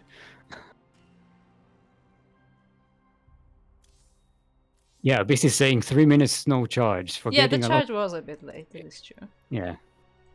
But I mean, he still gets the game, and I would say like it was a really nice catch for Dizzy Dwarf to catch those Colossus, because he just focused in like a lot of pro players do that, pro Terran players will do that, where like they just focus the Colossus with the bio, but in the end, like it was just not enough to defeat the rest of the army, because sure the Colossus were down, but you know there was still everybody else. Mm-hmm.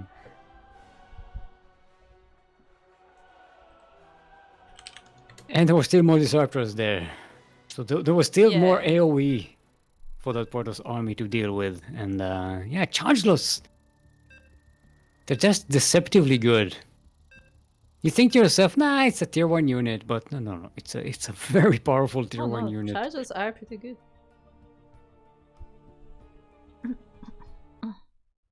And you get a lot of them.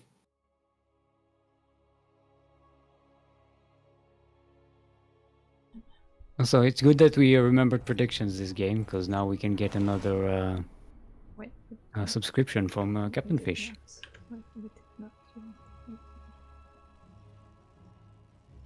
Don't embarrass me. Anyway, we are on ley lines. We're in the southwest corner of the map, all the way from the land of Poland, aka Vert. It is our red Terran, Dizzy Dwarf, playing for the Void. And across the map we have his opponent from Austria. It is the blue Protoss player, also representing Clan Devoid. It is Beast.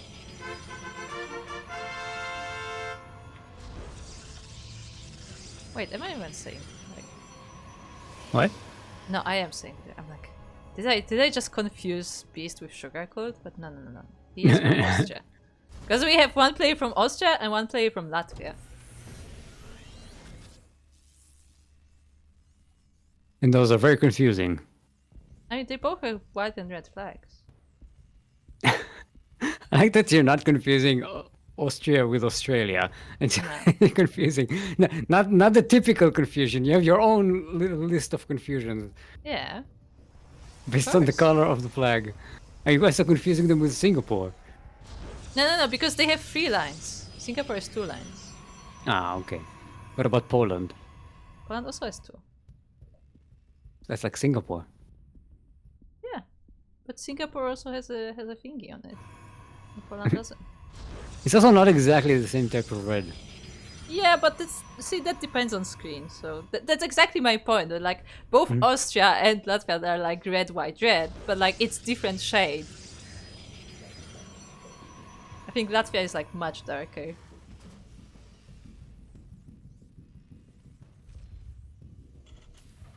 Yeah, I get confused with nations a lot. Especially if the name is usually what gets me. If the name is like Lithuania and Latvia, it's impossible for me to differentiate. I mean, for Europe, I'm good. For most of like the sea, I think that depends. But like the Europe, obviously, I have to know because you know, being from Europe, like we learned that a lot. For other countries, less so. But I think I would be able to tell most flags and names. Africa, no. I have no idea about African countries. I will admit that. Like, if you ask me to place it on a map, I can place like maybe 3. Like I know that they exist. The easy ones. You have the one on at the tip, which is easy. You have the one in the island in the side, which is easy. Oh, that makes it like maybe 4. But like yeah, like I could tell you the names maybe, but like not where they are exactly. I'm not good at that. Look, it's a big continent. It's a lot of countries to remember. Yes.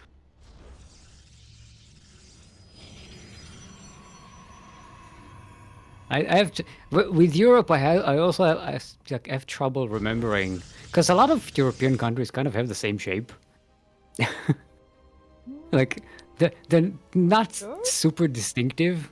I don't know. I To mean, me they are. Italy is easy to differentiate, but you know, Poland, Germany, France, and They're Spain so are all different. just like Okay, blobs. okay. France and They're just Spain, like I will agree. France and Spain are quite similar, but you can still tell mostly because of Portugal, because Portugal just like cuts into Spain. well, Portugal is easy because you can see, you know where it is, because that's one of the tip. But yeah, like France maybe. Germany is very different. Germany is like very vertical, and Poland is more like squarish. It's more of a matter of like remembering which one is like west or east or north or south of which one. See, I don't have Like, problem with that. Being is from Poland. like where's Belgium? Where, if you, just out of memory, can you remember? Belgium where- is next seems to Netherlands and France. Yeah, but on which side of which Between is them. it? It's between Okay, Netherlands and France. Because it was like the limitation zone between Netherlands and France. And they also speak both languages. Half the country speaks French, half the country speaks Dutch. I happen to have friends in Belgium, so I know. Alright, this time we caught the Liberator. It does manage to sneak in here, gets a couple of probes, but goes down to the well-prepared Stalkers by Beast. This time Beast not forgetting charge. Yes, charge is already on the way. Oh yeah, we have a game, right? Ooh, we have a blink. Nice little snipe there on the building command center. It's just barely not finished. Yeah, it's gonna get delayed. I don't know if this is our it doesn't have enough. I think Yeah. between the Marauder and the Marines, no steam yet though, so that's a bit dangerous. But I mean, still five SCVs down and the command center slightly delayed was a nice little catch there for Beast. Of course, not like dramatically changing the game, but little advantages can add up. That's a pretty big advantage, especially since the Liberator kind of failed True. get its value. Oh, we got Templar Archives on the way. That's a pretty quick one. Go straight to Storm. Storm drops. No, there's no robots. No robotics No, bay. I wanted it. Oh, there is a robotics bay, It's not gonna be so. but it's not making. I want my Storm It's drone. not. No, it's not. So. It's not happening. Oh no, we've angered the Europeans in chat. Like I said, they're the most similar out of the ones that still get mentioned. Right. Are you saying that France and Germany are more similar, Captain Fish? They're kind of in the same area. The kind of blobby federal governments that blob everyone around, kind of, right? What do you think of our border, our Polish border that goes like through the mountains, so it's like all messed up over there? I mean, there's a lot of countries that are like that. That's like Switzerland and Italy are like that, right? And Austria, they've got like those alpine borders that go all over. Like,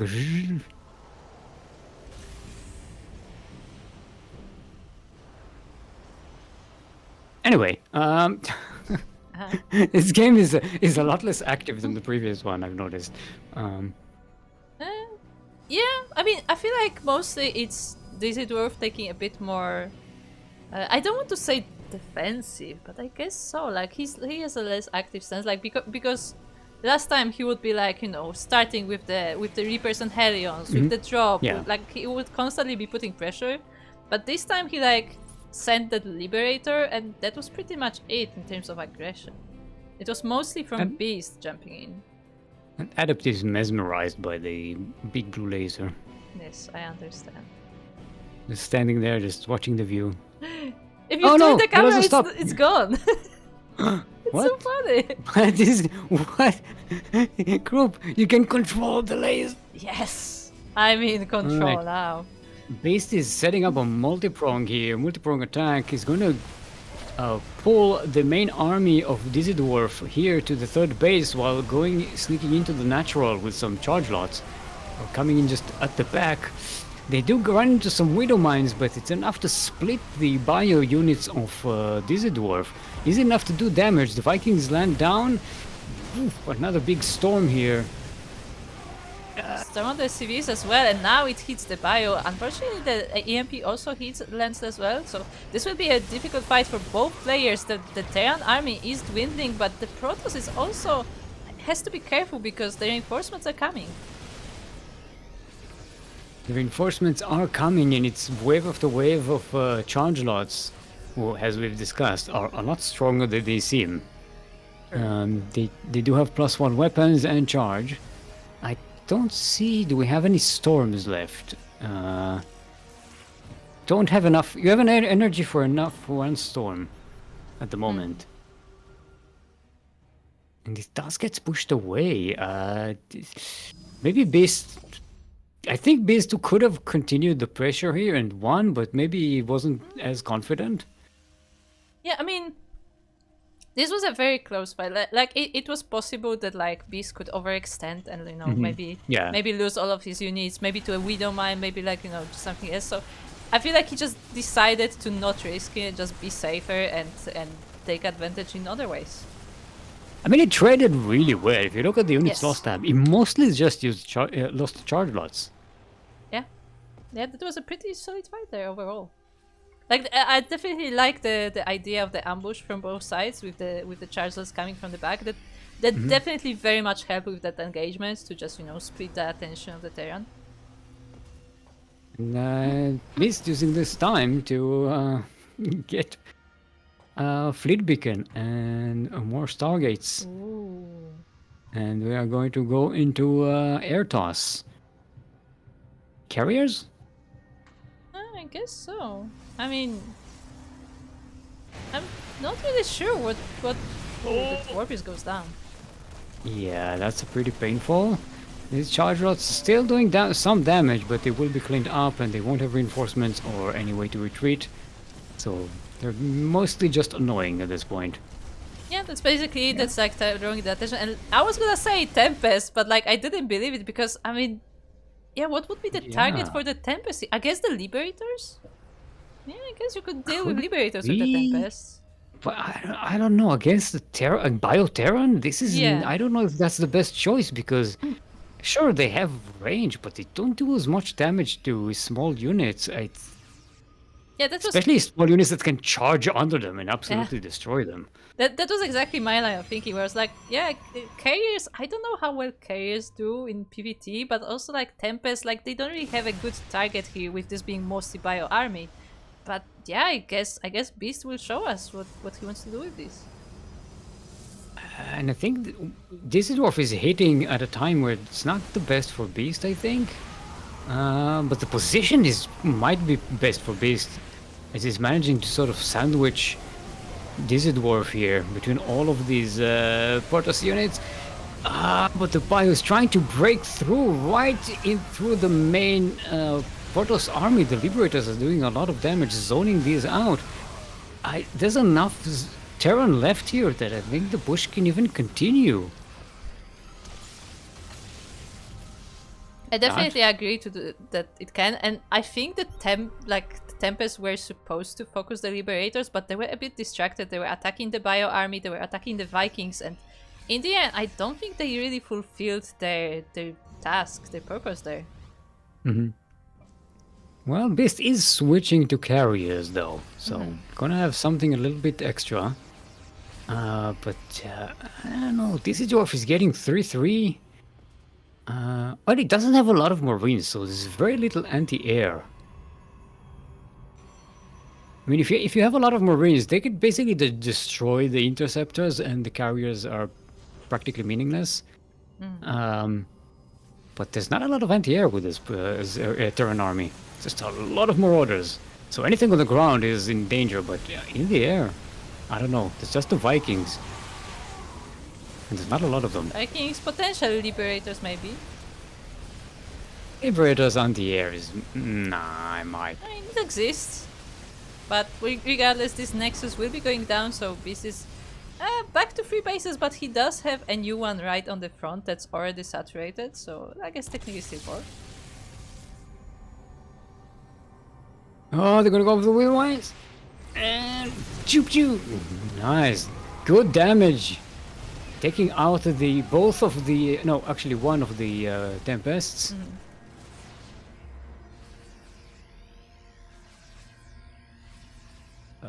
There are some colossi here. Thermal Lance isn't even finished though. Disruptors are being added to the mix, and more carriers. This is a very mixed Protoss army. It's very there's a lot here. I don't know if it's the best situation though. Yeah, Terran army is much more simplistic. yeah, but the Terran army also doesn't have all that much. It looks like the numbers are starting to go towards the Protoss, but we still have a lot of Widow Mines here, which will be helping with dealing with these carriers, but it's just the Widow Mines. The bio is gone. The bio is gone, but bio is quite quickly remade and much cheaper than the Protoss army. There's a zealot run by into the third base of Dizzy Dwarf right now, while Dizzy Dwarf is here taking care of Beast's fourth base. I don't know which one gets... Oh, Disruptor shot. I don't know which one gets the better of this trade. I think maybe Dizzy Dwarf. I mean, looking at the numbers, 24 versus 8. That's a pretty high difference there. But Beast already has a scary army, so it shouldn't be putting him too far behind. Maybe if this army is lost, then that will come into play. But right now, economically, it's not that big of a difference. It's still up to this dwarf to somehow deal. Oh, okay, there's a lot of Vikings. I didn't notice how many Vikings. There are 10 of them. Now that's a number that we can deal with some air Protoss. Yes, he has focused on the Vikings. He's been working on his upgrades as well, so that will definitely be helpful. This CC though, I think, is getting lost. Yeah.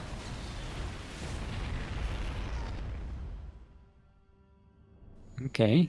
So now it's Beast putting the pressure on Dizzy Dwarf, not allowing these expansions to happen. But look at the production right now. Now that economic difference comes into play, because Beast just doesn't have the money to make any of those expensive Protoss units. Well, Dizzy Dwarf can just make all of those cheap Terran units over and over again. Yeah, definitely the economy is going much better there for Dizzy Dwarf, but Beast is still trying to attack. He's trying to find an entrance here in between the natural and third base. Storms are going down, carriers are trying to destroy the production as well. And I don't know if there's enough. The army of Dizzy Dwarf has to come back. Yeah, it is coming back, and the Vikings are here, and they can start focusing those carriers. They just need to dodge the storms here and there, and once the storms are out, yeah, Beast realizes, I have to get out of here. This is dangerous. I'm in danger. And he just recalls away. He has to keep this army. He cannot afford to rebuild this army. Not with his current economy. Yes, he has to be very careful about every unit he loses because, as you said, I mean, on one hand, his economy is not as good. On the other hand, he is getting that fifth base back up, and if he can keep it, he may be getting, you know, in some better times. But I don't know if Dizzy Dwarf will let him get there because another attack is coming. And this time it's being they're both getting intercepted here. Dizzy Dwarf not quite getting in. I think Dizzy Dwarf EMP'd his own. No, the ghost got feedback. I got feedback. Okay, I thought he accidentally EMP'd himself for a second there. Oh, all of those Archons are down. The Bio army is so low in health. The Colossi are still doing a lot of damage with those thermal lances, and Dizzy Dwarf has to back away. Still, I think it was a good trade for Dizzy Dwarf here. Beast is chasing this army. I'm not sure if that's a good idea, but he's trying to see whatever damage he can get here. Trying to snipe some Vikings, trying to snipe some SCVs if they're in the way as well. But this is a bit brave there. I mean, these are Blink Stalkers, True, so that's their job, kind of, you know, to be mobile on the map. These Colossi are kind of alone in the middle with the Tempest. Like, they need backup. I like what the Colossus in the Tempest. They're taller than the Tempest, which is weird. Yeah, it was pretty funny. It was like a crown on the Colossus. Look at you! Look at you, tiny Tempest! We're the big Colossus. Okay, base sneaking around here behind the mineral line, over the cliffs, shooting down, trying to bait the Terran army into a trap with those Charglots and Colossi and Storm. This dwarf sees the trap and backs away. And base will go into the fourth base? Which one is this? I think that's the fourth base. Oh, nice storm on the Storm. series though.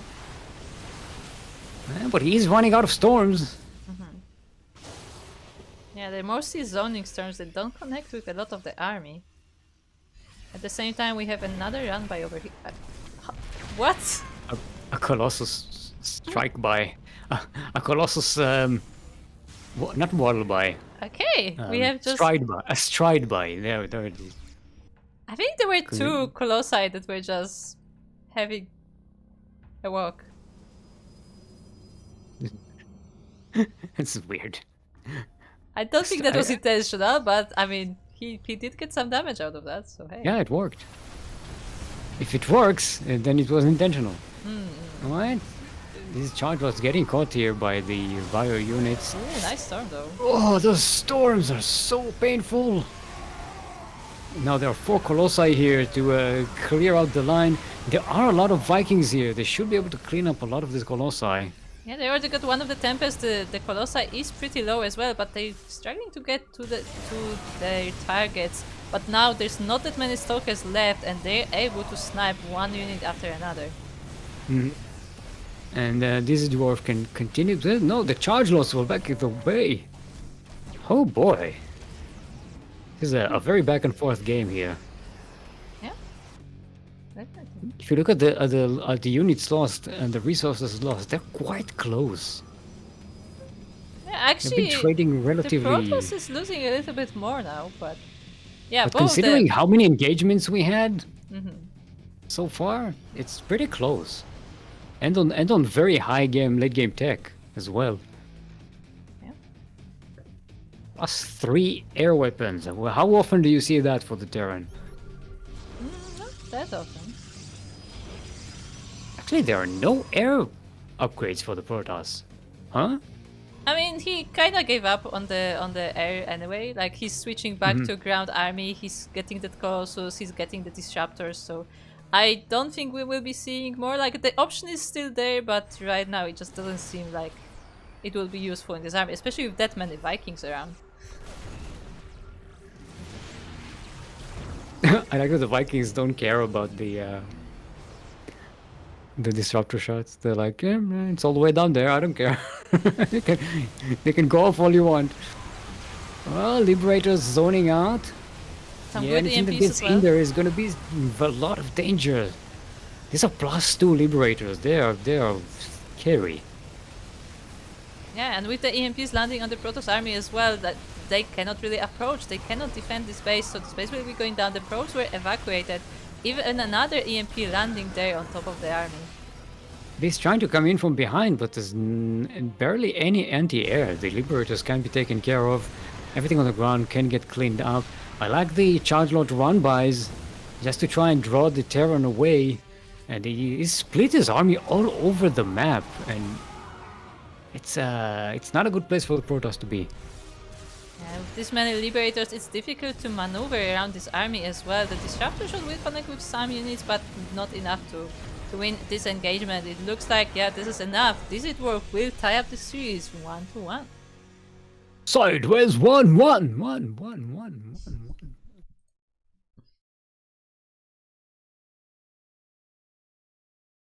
Very nicely done. Now that's a series. It's a serious series. Here's my bracket. Alright. We have Anotar waiting in the lower bracket final for the loser of this very match. I like that reaction. Like, I like that the first like Beast just says Last Phantasm. He's like, No, no, please Mate, no. mate, yeah, please no. Yeah. I like that. This is what also saying. If we're gonna be in the finals, we will play all day.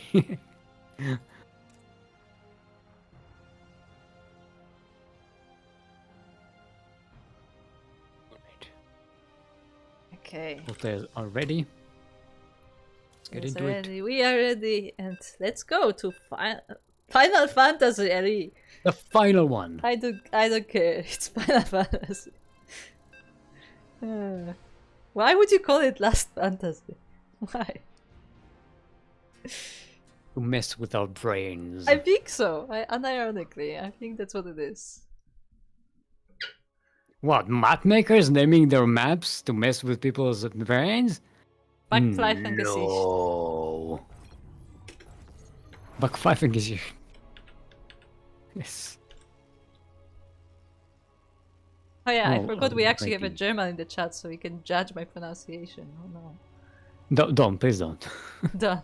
I have not spoken German in years. All right, everyone, welcome back to last finally. Huh? I was thinking, don't say Final Fantasy, and instead I said last finally. Yeah. There you go. Welcome to last finally, LE. LE stands for last everything, all the lasts, just to bring them here to confuse us. We're in the southeast corner of the map, all the way from the land of Poland, our red Terran representing the Void. Currently sideways 1-1 in this best of 3 semi-final of today's Masters 1 Open, the number 92, I believe. Give it up for Dizzy Dwarf, aka Vert.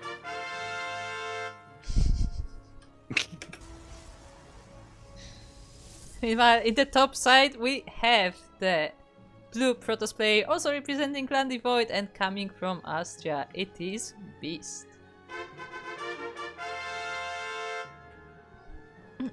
Cooking meth and watching Terran dismantle DOS is a lovely thing to do on a Saturday. Don't. I mean, Just which one is a safer activity for your brain, though? neither. Neither.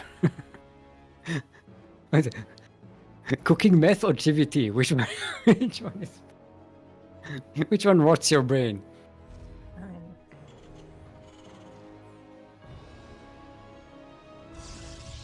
Right.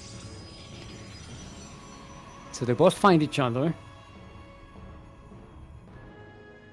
So we know. Actually, no. This dwarf hasn't. no, this dwarf has not scouted, Hasn't but scouted. seeing the probe coming, he was like, "Oh, so that's where you are." But I don't know if he realizes what this means because he still sends the Reaper He's still down. checking. Yeah. Yeah.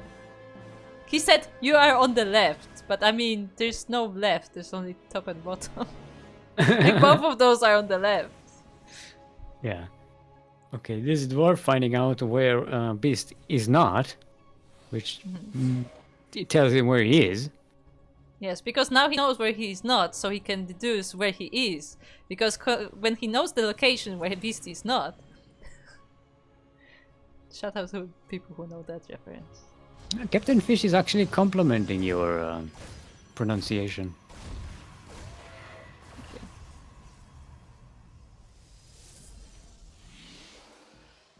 Being from the southwest of Poland, I have some cheat codes for German. Basically, we have an accent that's similar to German. That's what I'm saying. You have cheat codes. Yeah, it's just easier for us to learn German because we already have like our own dialect that's basically German-ish. Well, that makes sense. It makes it easier. Yeah. Just makes it more difficult to learn Polish, though. No. No, because it's a mix. Like because being from that side, like it's essentially a mix of like all the bordering languages. So you know a bit of each. What about Finnish? No, How is your Finnish is completely unconnected to anything. I love Finnish. Finnish is a great language. Yeah, though. me too. I just studied enjoy Finnish. listening to it. I can't explain. It's just fun. No, very wonderfully pronounced language. I love it as well. I love the rolling arts and all the alliteration and consonants is perfect. It's very exciting. Is Steam math? Kind of, yes. No? Whatever. Oh, the Reaper does go down to the Stalkers, so there was a... I feel like this dwarf wanted to get a bit of a scout, but I don't know how much he saw because he didn't really get into the main base, but there's nothing too surprising, just Blink. Meanwhile, from the side of this dwarf. Yeah, we've got Magfield accelerators. Base is going for a Warp Prism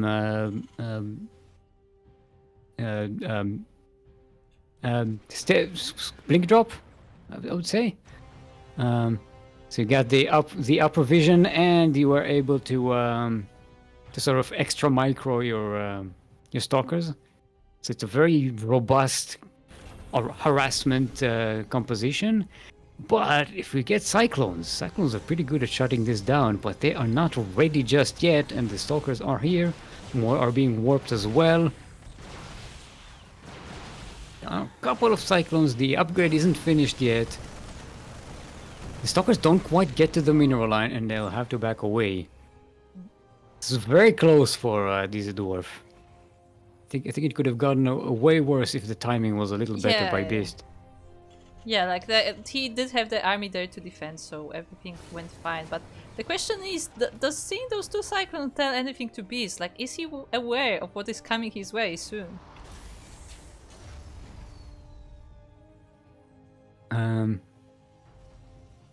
This is just the pressure. Did he send the warp prism away? Oh no, it's at the back of the. It's just standing there in the middle of everything, just not doing anything in the middle of nowhere. Yeah, it's just parked there, so it doesn't get in the way essentially. So it doesn't like fly into the base by accident.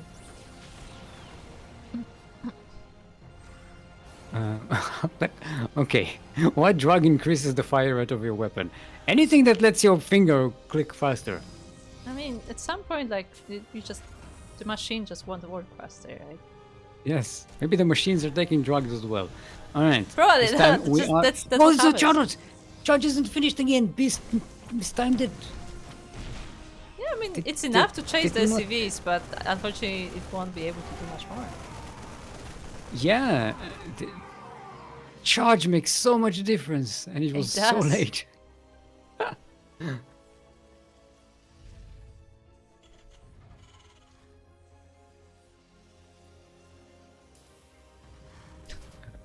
Horseradish updating us that he also chose Last Fantasy versus Dwarf, and he also didn't like it. I mean... Wait, versus Dwarf or Dizzy Dwarf? Those are two different people. How many? Yes, it's very confusing. We have Dizzy Dwarf, we have Dwarf, we have... Sneezy Dwarf. Sneezy? Nice, nice force fields there.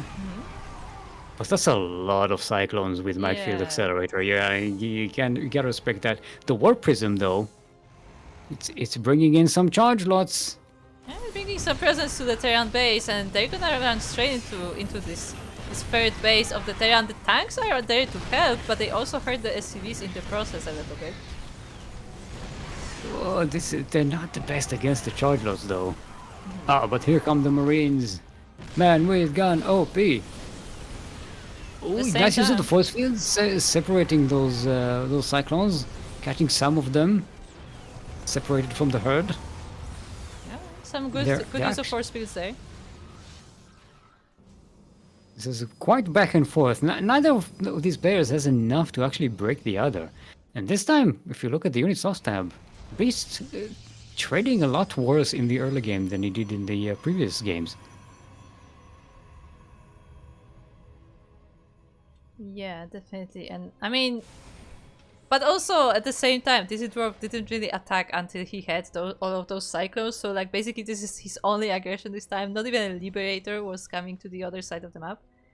And now he just tried to see what he can do with this mobile mech army that you would call it. McLaren. There you go. Oh, but we have no one another else attack from calls the it, Protoss. So it doesn't catch up. Oh, nice catch of these SCVs. We are in a bit of a base trade. This dwarf goes into the third base of beast. No. Yes. Oh yeah. It skips the natural, goes into the third base.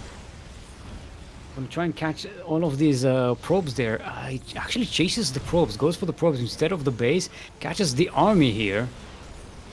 I think Dizzy Dwarf takes the fight here, maybe not with charge lots. Yeah, the charges are helping a lot versus the Cyclones actually, and there's quite a lot of them. More are coming, but it also means that the attack on the bases of Dizzy Dwarf has ended.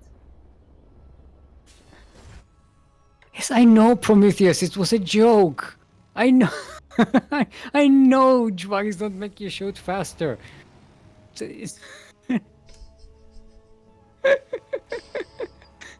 Look, it's a gameplay feature, not a realistic feature. Okay, let's. Yes, the game is not realistic. Spoilers. I know it doesn't make sense. It's fine. We like it the way it is. It's still fun. But we will still complain about it. How do Zerglings having wings make them run faster? They actually have more wind drag on them. They should be running slower with wings. It doesn't make any sense. It's a conspiracy. Cyclones almost get caught by the Chargers again, but the Protoss army is actually not that big. At the same time, we have some Archers across the map trying to do damage here. Ooh, they get caught though. Oh, maybe the sandwich though. Oh, it's difficult to sandwich those Cyclones. They can just move and keep shooting. Yeah. This lock-on is so powerful. That's kind of the advantage of this army. It's very mobile and it's just going around the Protoss, and Beast tries and tries again to maybe sandwich this army, maybe trap it in some location, but is failing to do so far. It's just kind of weird that the unit that this composition is the worst against is the charge lot. Look how much firepower they need just to kill one charge lot. Mm-hmm. This is why you need a handful of Marines with you at all times. Just to have that extra DPS.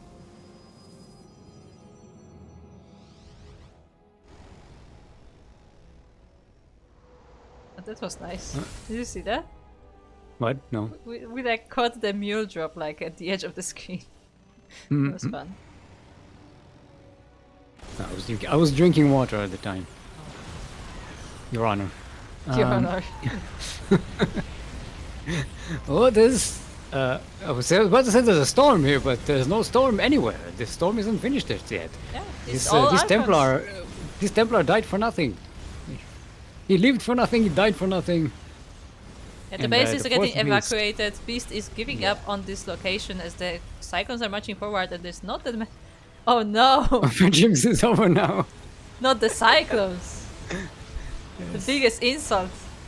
It's the laser cyclone. Yeah, as a reminder, both of those are from the same clan, so there's a lot Yes, of banter there. This is friendly banter. We are very much in flavor of that.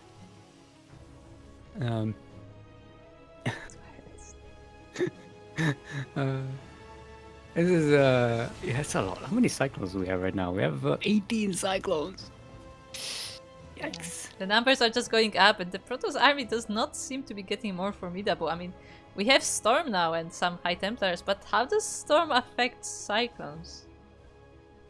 Not as well as Protoss players would want, I guess. Yeah, no, it's doing decent damage. It's not killing them though. Nah. No, I might. You need a lot more than a couple of Templars to do that. Also, unlike other Terran units, when you zone them away, they continue to do damage. So zoning them out is not very helpful. And with that, GG to Dizzy Dwarf, as despite not liking this map, he was able to take it. And he will be taking the entire series 2-1. I would like this to be discussed later in the podcast. Nate, that's for all DTs. Continues. We haven't seen any DTs yet today. Sure. Maybe in the final match. I mean, it's entirely possible that these two will meet again, so we will find out. Yeah, so Beast will now go up against Anatar in the lower bracket. We have ourselves a PVZ. No mirror matchups today.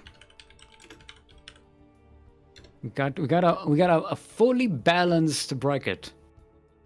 Look at that.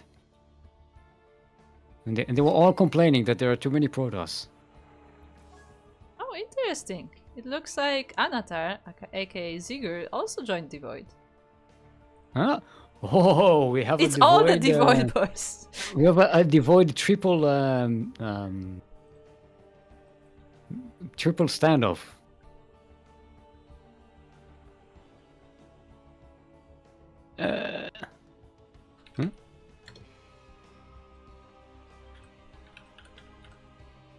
I understand the Hellions in this situation, but I prefer CCs as Cyclones as minor dumps. What?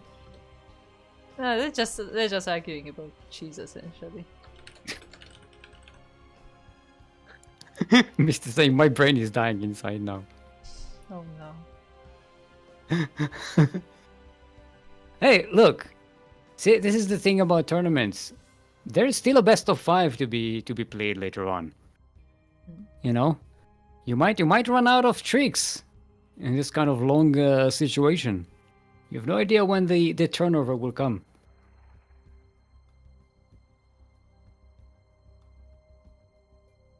Well, Anatar is also from EU, right? Mm-hmm. He's already in Yes, the party. Oh, okay. I'm not paying attention to things.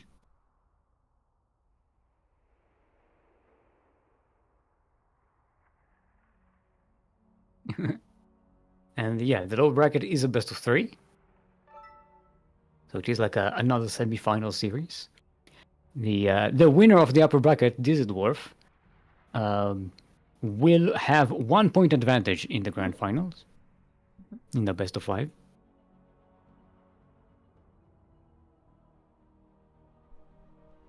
Of course, don't forget to stretch. Stretch your roaches, hydrate your hydras, drain your disruptors. What was it? Cuddle your carriers? What else did we have? It's been a long time since I rhymed any of these. I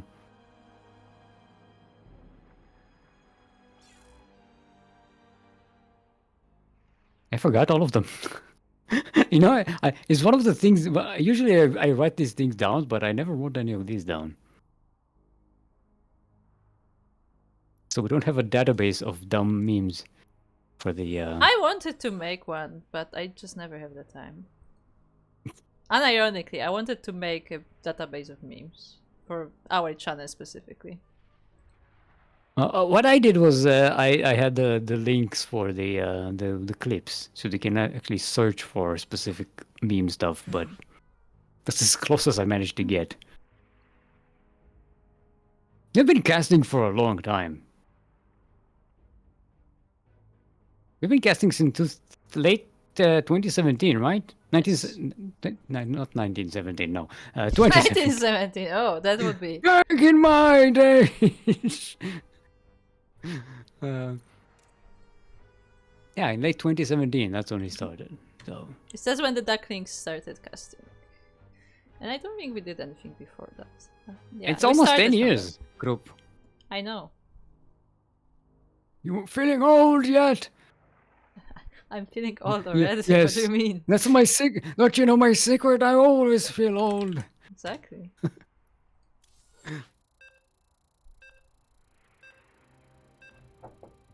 Even one toss is too many. Yeah, I also had that joke and I decided not to say it. Because it's mean. It is mean. What do you mean? We like Protoss players here. I mean, we like all races, really. There's a disclaimer, I am a Zerg, as we discussed earlier.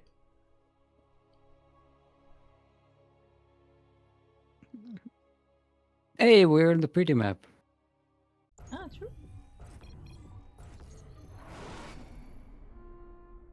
Alright, everyone.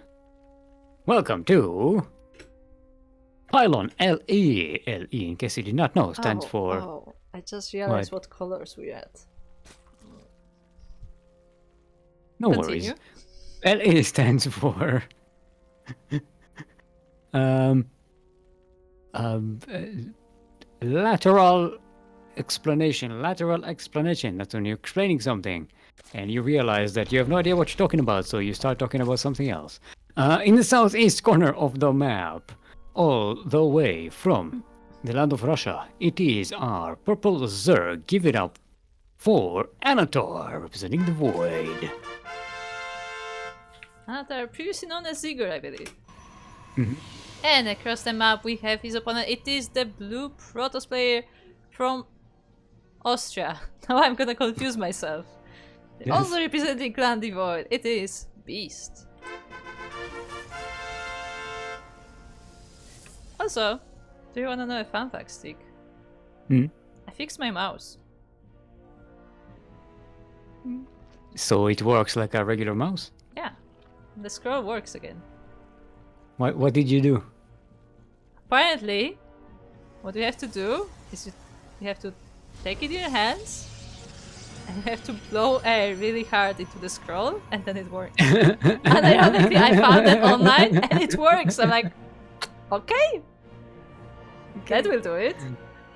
That means you just had so much dust in your No, apparently scroll wheel. it's a common thing with Razor mice where something just doesn't connect and like blowing like compressed air doesn't work for some reasons. Like you have to like something specific for like cleaning like what is it called? Like electronics. I forgot what the word is. Like you need like a specific thing, or you can try blowing in it, and yeah, that solves it for a while. Okay, not gonna argue. And it worked. You can't argue with that. Yeah, look at this! Look at this! No What? jumping! Beautiful. I'm not gonna press it again though, I'm scared now. Oh wait, wait, go back. What was that plant? Which one? Is that? It looks like a big Zergling wings, It does. like big feathers. I thought for a second it was like a giant Zergling for a second. I mean, it could be. Maybe Zerglings were plants originally. That could happen.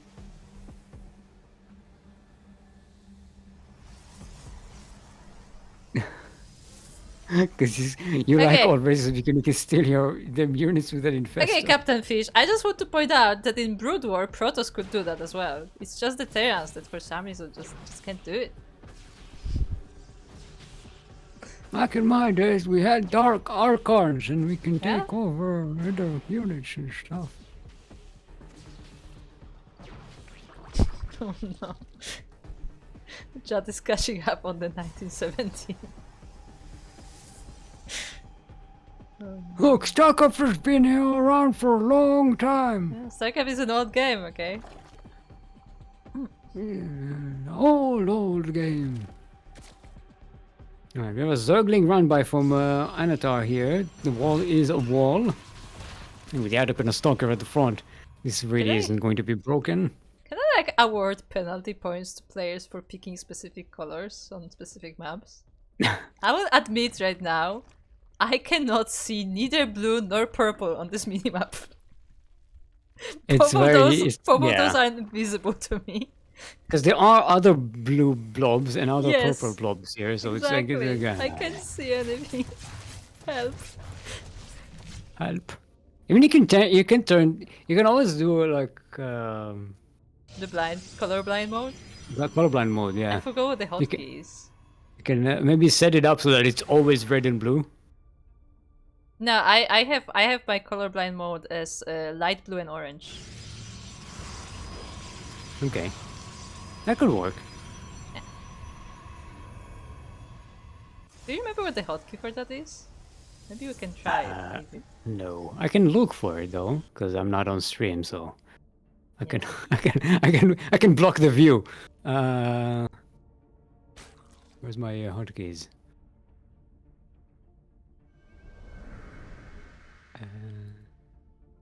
The fact that there's no search is annoying. I don't even know if colorblind mode works if you're not the one playing. The oracles are moving together with the adepts. But it shows it like on you. Maybe it's on camera? Scroll.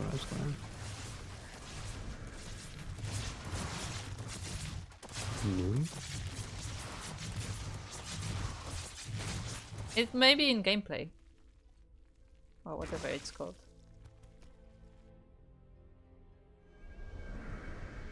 It's not on UI. No. Maybe, Yeah. toggle display mode? No. No. Well, S still is looking for this. We have 3 oracles trying to go around, trying to get some damage done.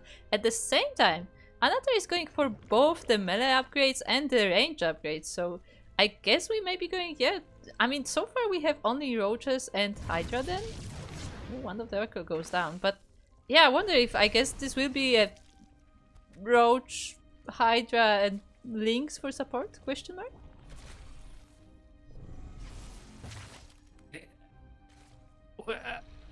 Is it? There's toggle alliance color mode. Okay, what's that? Alt F, but it's not the one we're looking for. Let's try. No. No, it's not that. Oh, it doesn't work as an observer. I don't know. Or maybe it doesn't have a hotkey. Maybe it's just a setting. I know it has a hotkey. I just don't remember what it is.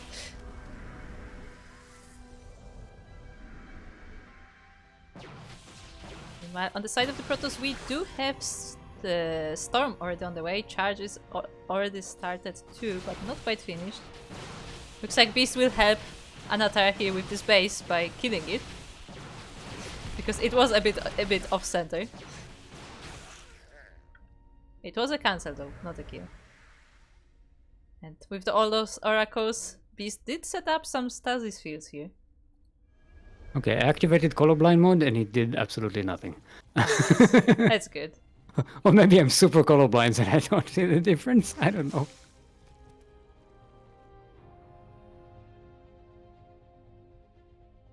Yes, Alt F4. I think that's Alt F4. Can you try? Trope, you remember how old I am? Yeah, I do. That's why I could say it. Because if I say it like, I don't know, Yaku, I would have doubts. It's like, I fell for that while playing StarCraft 1 before Void War came out. I fell for that. I did fall for that once. Nice. I was 13 years old at the time. Fair. It was my first time playing multiplayer games online. And someone did that to me and I fell for it. Alright.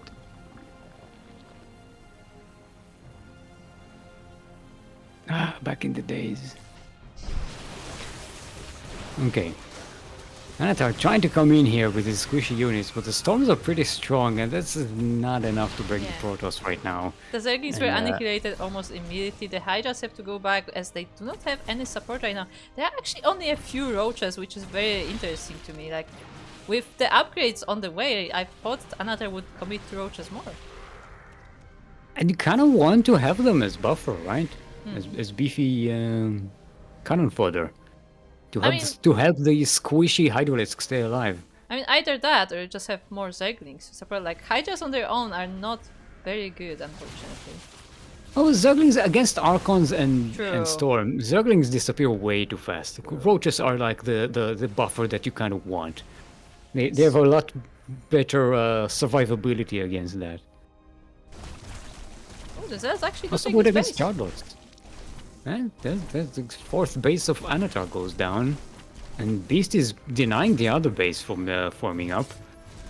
But now has to recall to defend his own fourth. Yeah.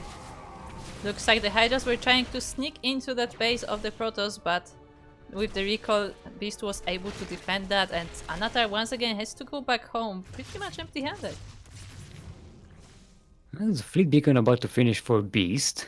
So we're gonna see a switch into some serious air Protoss. We have 2 Stargates on the way, about to be finished. And is that another robotics? No, it's the first robotics. Double at that. Double robotics, there we go. Meanwhile, Anatar going for lurkers. That is the tech of choice going from that. I mean, it can definitely help against the ground army, but now with the Tempest coming up as well, that makes it a bit more tricky. This is doing a good job just putting the pressure on Anatar, just not letting the Zerg give any second to just rebuild and remake those workers. This army is constantly being traded against. And look at the units lost tab. The trades are very heavily in favor of the Protoss. Mostly you losing charge lots and some adepts this game. Very nicely done, and the run-bys, the charge run-bys do not stop as once again they are in that base, and at the same time as the chargers are coming, at the same time the main army is at the natural base. The lurkers are morphing. The lunkers are finished. The storms don't quite catch them, and Beast has to back away for fear of all those spikes from under the ground. The good news for Beast though is that he already has Storm, which helps with clearing this out. He has the Oracles there, which can reveal them. And he's working on Tempest. The Mama Ship on the way! I haven't seen Mama Ship in years! Mama! There you go, the Lurkers get revealed and now the Tempest can start chipping away at them. Of course the ground army still has to be careful because this is quite a minefield. But that was a kill on that Nexus as well. Storm still landing on the Hydras and the Lurkers as well, and yeah, a lot of them are getting quite squishy. This Zerg army is getting dwindled very fast. Not a lot. There's only a couple of Lurkers left. This is super costly for the Zerg. Those are very expensive units to lose. What? I was like, oh, I'm gonna show this epic moment when the mothership pops out, and it's like just. Yeah, it's not that epic. Alright, GG's called. Beast will take game number 1. I kind of want the animation for that to be like the whole Nexus kind of flies out, like light up and then like it's just like appear, but it's just like poop, it just is there. I'm like, okay. No, it should be like constructed over the Nexus, like ooh, that would like be nice. Like in Stargate, the movie. Where the big ship lands on the pyramid and now it's like takes off from the Nexus. It's like, oh, this is so cool. No, yeah, I agree. That would be cool if it was like built over the Nexus. But yeah, regardless, very nicely played there by Beast. He was on top of things and, constantly just harassing Anatar from both sides. Every time a Chargers would run in, the main army was also trying to pressure the Zerg. And yeah, basically Anatar just could not get any ground going like on the map. So eventually he just didn't have enough, and even the last attack didn't really, like, he took the base but he wasn't able to do more damage, and with that the first game will be going to Beast. It's very tough once you let that Protoss get to that four base economy and they just go air toss and you're like, it's done now. Because once you get Archons and Storm, they got such great AoE against those Hydralisks and Zerglings. And it just kind of kills your momentum. Lurkers kind of helped Anatar stay in the game, but losing them in that offensive fight was just too much. I do agree though that Roaches could have helped in that situation, that maybe going Link Hydra wasn't the best decision in that moment, especially since he already had Roach Warren and I'm pretty sure he researched Roach Speed as well. So like he was getting ready for making Roaches, but then in the end he just didn't. Yeah, it's weird that we don't see Roach Hydra more often, isn't it? I mean, I understand why. It's economically it's very difficult to sustain because they're both like, kind of expensive units compared to Lane Hydra, for instance. But they are very beefy. They very complement each other very well, and they're both range, which is very helpful because you can sort of concentrate your upgrades on that. It is a very solid composition. It has fallen a bit out of favor for a while, but I think like once again it is getting more popular sometimes. So it's still a very strong composition, but like to me, it's even less whether or not the composition would be good. It's more that like Anatar looked like he wants to go there, but then changed his mind like after already putting down all the tech.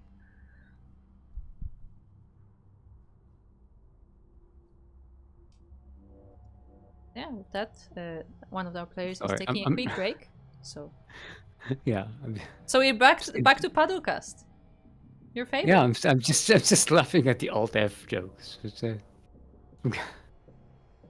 It is a pretty funny prank, but it's very annoying. I mean, there are worse pranks than that. Of course, it is funny.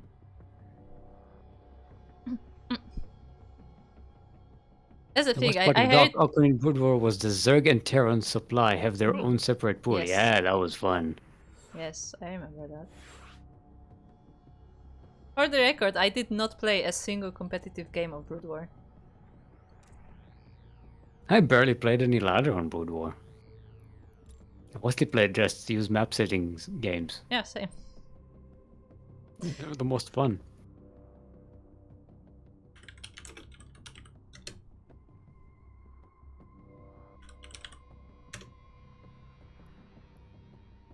Now, Horse Rider is saying you can see a strong glow on Nexus when the mothership is building. Yeah, there is a glow. But what we mean, we want the mothership to be constructed around the Nexus and then take off like the Goa'uld in Stargate. We're not talking about whether or not you can see that the mothership is being built. We're talking about how the mothership should look epic and not just like, pop out. Oh, it's the oh no map. Yes, it's your favorite. It's this map. It's our favorite map. Can I show it on the screen? If you look at the minimap in the top right, this is our platypus, clearly. Yes. I posted it 2 minutes ago in chat. You should know what it means by now. Okay, but anyway, we are back here. We are in map number 2 of this lower bracket finals. We are on Maganata LE. LE, of course, stands for least expected. Because you find those emotes on the maps when you least expect them. Anyway, we are looking here at our purple Zerg player representing Clan Devoid. It is Anatar, previously known as Ziggur.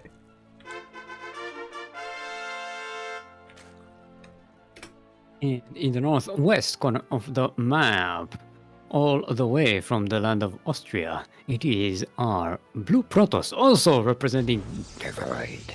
It is Beast.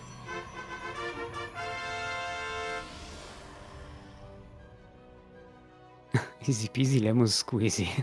I like that name. Gah. Wait, what happened? What happened? I don't know. What did we miss? Beast F for F, clicked F for something. Also, there's still that glitch that makes the glass show up over the creep. Yeah, no. Yeah. Next, it looks like solar panels. Just blame Hyper. Oh, nice. We have a proxy hatch. Oh. Cheeky. But it does prompt Beast to... well, he's walling off anyway, so it's not that big of a deal. I don't think it's a proxy. I think it's just a delayed... Yeah, because it's on the base, it's more like a block. Yeah. It's like a Nexus block. Yeah, it's a Nexus. That's the word. That's the term I was looking for. Instead, I just meandered and said random words. I mean, that's the way to do it, right? That's how you always talk, isn't it?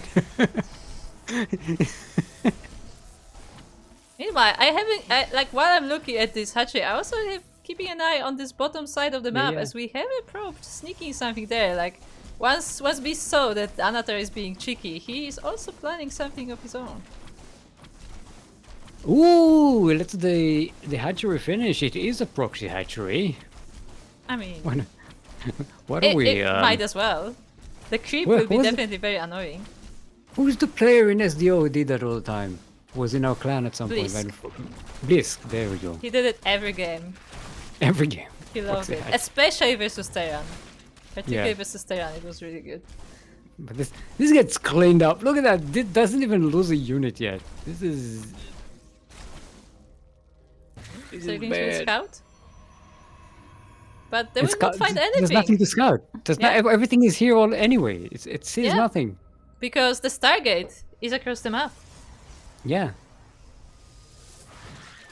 Meanwhile, we already have 2 adepts going into the bases of the Zerg player, and they will find some drones for their travel. Yeah, this is a very rough stuff for the Zerg. Look at the units lost there. Oof. It's bad. Oh. It's not Let's looking not good. look. Let's not look. Beast lost 0 units, 0 minerals, 0 gas. No? It is... Yikes. The first Oracle is about to be finished, and it will be flying into the bases of the Zerg very soon.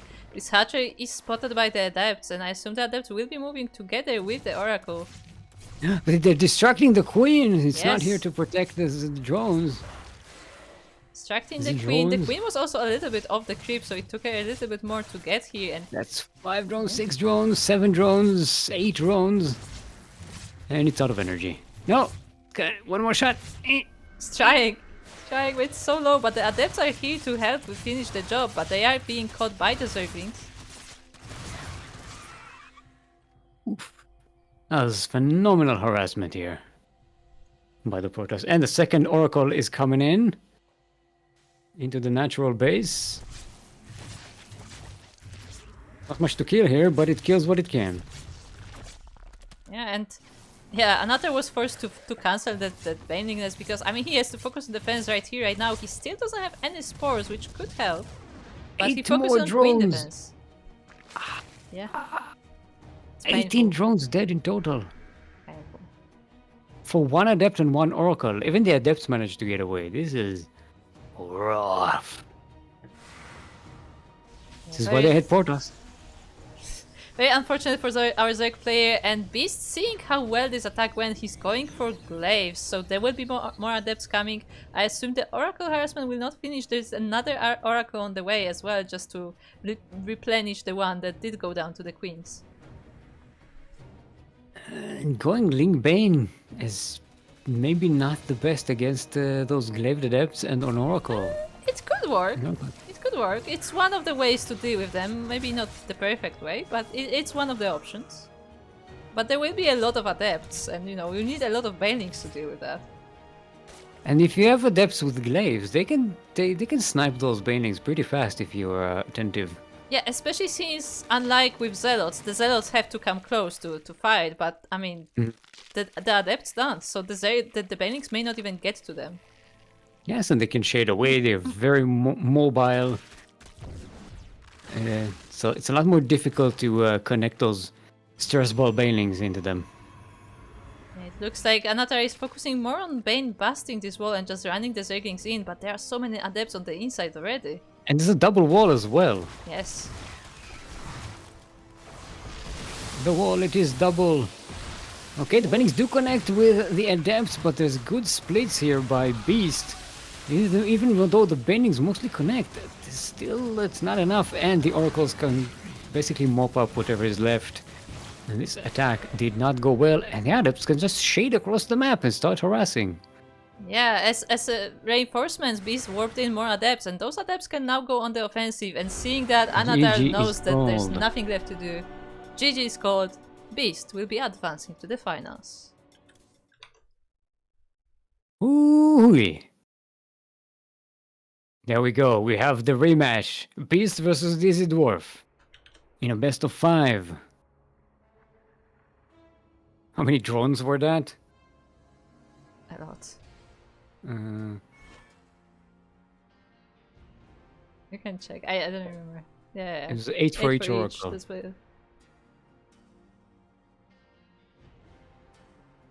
I think it was less than 24, but yeah.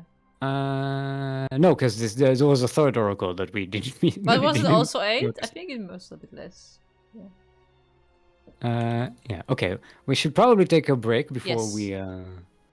before we turn, give our players a few minutes to rest, and we can go and Give ourselves a few minutes to rest. yeah, we can drain our disruptors, stretch our moches, hydrate our hydras, and be back here for the final match. We also have a raffle that we can that you can participate in if you're participating. You Yes, can do that after the break. every player who has played in today's tournament is eligible for the random raffle, which we will be rolling right after the break. So be back here in a few minutes, or I will not forgive you. You won't.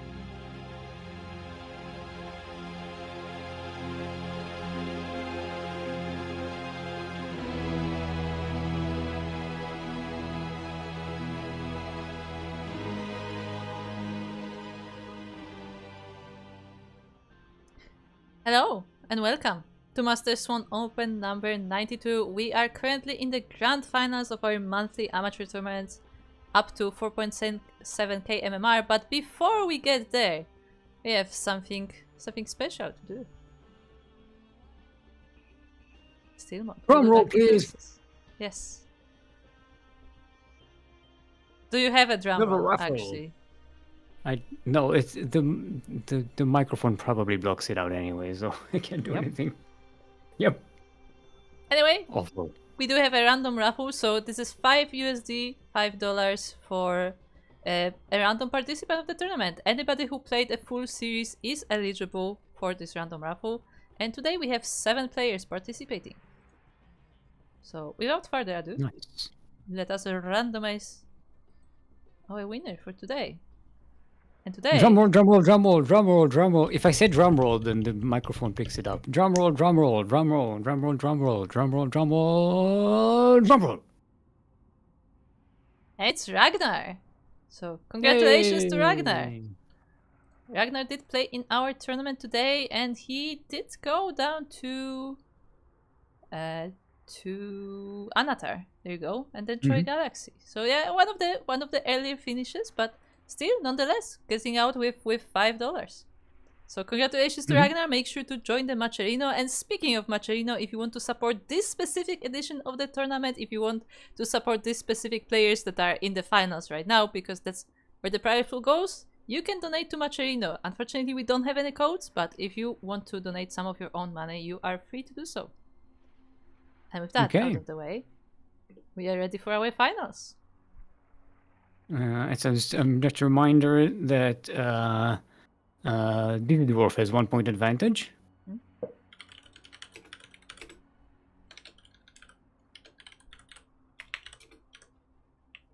Yes. And it's best of 5. And it's best of 5.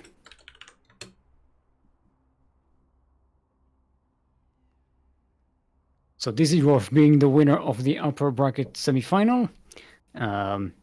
Gets 1 point in this best of 5. We'll start a little bit ahead, but as we've seen before, and it has happened more often than you would think, that the player that lost the semifinal and then finds the same player in the final match, a lot of times gets a reversal. Yeah, and the player who lost the semifinal will win the final match. And it happens very often, actually. Probably more often than not, I would say. That it's hard for me to say, but maybe. I would dare to bet. I wouldn't say for certain, but I would be willing to bet. Ravi, get on that. Small amount of money. We need somebody to look for the fun facts. If only we had an information fairy. No, I am not a statistics fairy. I'm information fairy. That's 2 different things. Information is fun fact. In statistics is boring fact. Sometimes it can be fun, but you know, it's too much work. Yes, I agree. Anyway, we are on Persephone, L.E. Persephone, who brings the spring, which is almost over, actually. I know, actually, very over. Depends on what you count. Like, if you count by calendar, that it's supposed to end in 2 weeks or something. I don't know. It's hot and humid. That's what I'm saying. Like, whether you count weather spring or calendar spring, astronomical spring. You know, there are different kinds. Oh, look at that, Captain Fish! Thank you for supplying us with all the prediction awards. Thank you for the 5 gifted sub. Nice, thank you very much. Thank you. Please don't go broke. Welcome new subscribers to the subscribers club. Anyway, in the southwest corner of the map, all the way from the land of Poland, our red Terran is representing Team Void, Disney Dwarf, otherwise known as Vert. And across the map we have his opponent. It is from Austria and also representing Clan Devoid, the blue Protoss player. It is Beast.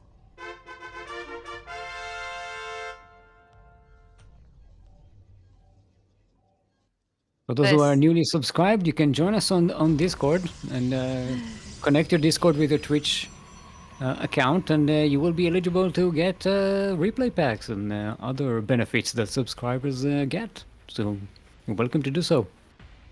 You are eligible. Is this Yeah. as enjoyable to you as it is to me? Yes, it Players is. actually Indeed. use the pylon, field. pylon spot, right there. It's like this. This is where you put it. Kuro, I'm a professional designer, of course.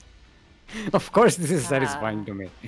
Yes. This is my whole job. Is this It's perfectly crap? centered. Yes, perfectly positioned. Oh wow! Perfectly I just realized that the speed of the turn of the camera is almost the same as the speed of the turn of the pylon. So you can basically make the pylon stop. Yeah, for like a second. That's so interesting. It's so yeah. It's so good. Okay. No, I don't have no problem with you just sitting there and doing that for like 10 minutes. I feel like the viewers may not be as happy with that, but yes. Look, whatever makes you happy is important. That's See, the important bit. I keep saying that. I am very tempted to one day just do a stream of me just doing that, where like I'm completely distracted from the game. I'm just looking at pretty visuals. What do you mean one day? What do you mean one day do that? No, as in like where like I don't feel like obligated to do anything else. I literally just focus on this. Like I disable the UI. I don't need the UI. Just look at As we pretty can do pictures. in the replay cast, we can do that. Yeah. I mean, we could also like when we do like tournaments based on on new maps, like TLMC maps. Ooh, the Reapers are going down.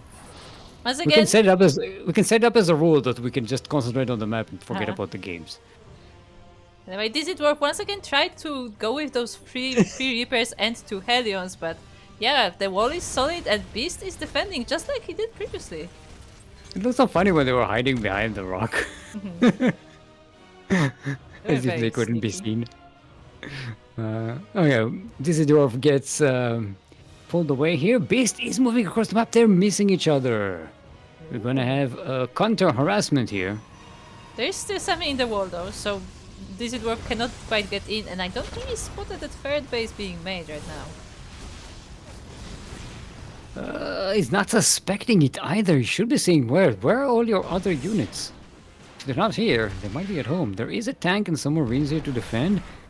Blink isn't quite finished, so can't really jump on top of that tank and abuse the positioning. So Vert kind of gets the better end of this deal, I think. Yeah, I mean, 2 crows did go down. And again, these bases are secure. Hard to say. Yeah, Beast is hunting down those. This is Dwarf takes all the way around with the speed zones. Yes. Hey, what do you think about the speed zones in the line? I find them Yeah, I really like funny. it. I like it. It makes it deceptively shorter than you think. You think, oh, this is the long way, but it's actually with the speed zones. Yeah, It's not as long as you think. I like these kinds of tricks on the map.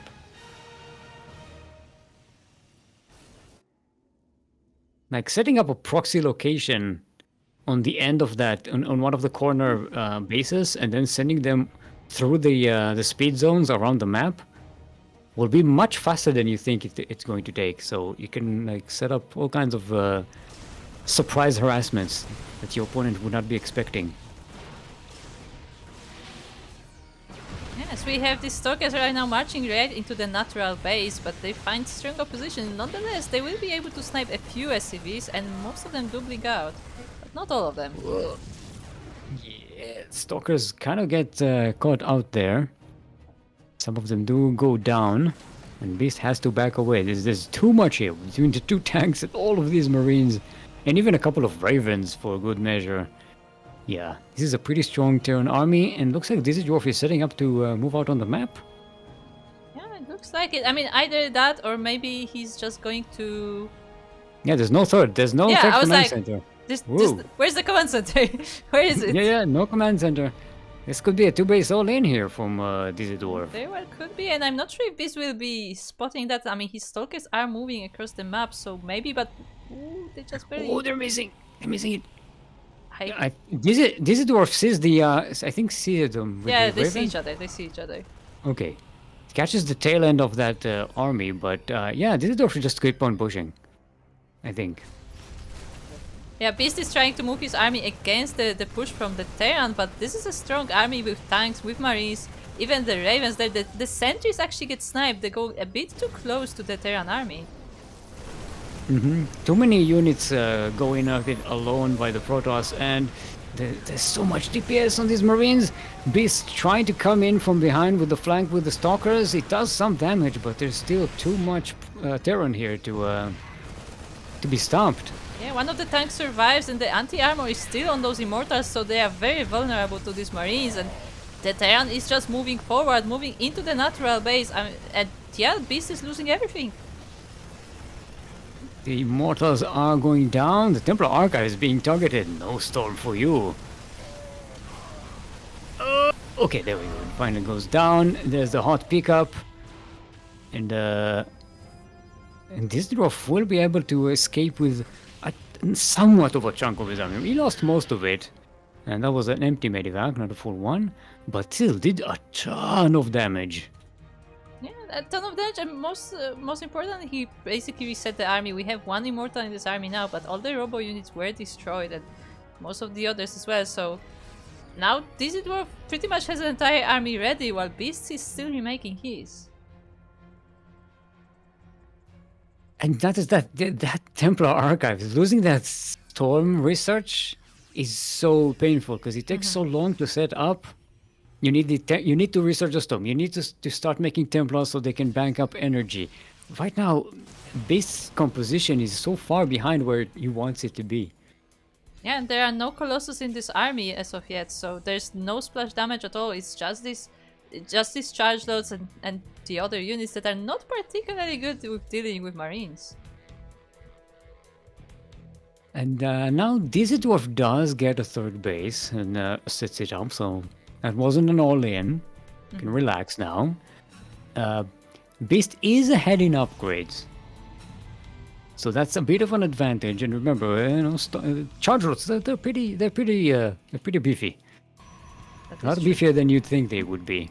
But this Protoss army is kind of small compared to where it wants to be, and there's no storm yet. Oh, nice anti-armor on all of this army. And now with the Marauders as well, this is extra firepower for the bio. Dizzy Dwarf keeping some of the bio units at the back, just in case there's a flank. Yeah. These tanks are dishing out so much damage. G is called. And Dizzy Dwarf is on match point to win this entire tournament. Man with guns! Man with gun indeed. So very nicely done there by Dizzy Dwarf. I mean, Beast was trying his best, but yeah, just weren't able to do that. I don't get that game. Beast is a bit confused about what happened. Yeah, Beast also thought it was a 2-base all-in. Yeah, I mean, there was no fair. Dizzy Dwarf was like, it was, but then I killed your Templar Archives and everything. I was like, fine, I can play from here.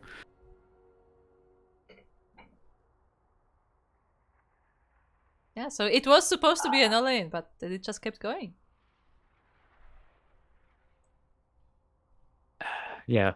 He started the fight as he was moving out. Yeah. As you should. The best time to expand is when your enemy is busy defending.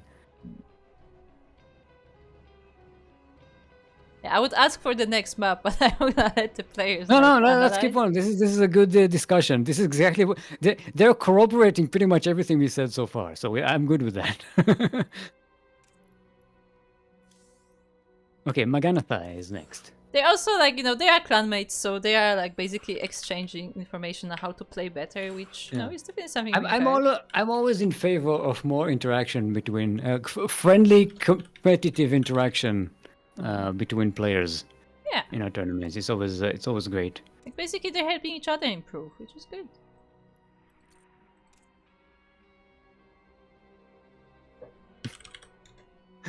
Someone else has a in YouTube chat. Someone else has a potato laptop group that was killed by StarCraft 2. Look, my old laptop was killed by Osu. I remember I downloaded Osu and like 2 days later the laptop just gave up. Like, it's too much DPS for us. I can't do that. Can't deal with the It's still APM. working, by the way. I did revive it, but it needs an upgrade. Like it needs. I want to like change all like half the parts in it, and I know it's possible. So maybe one day.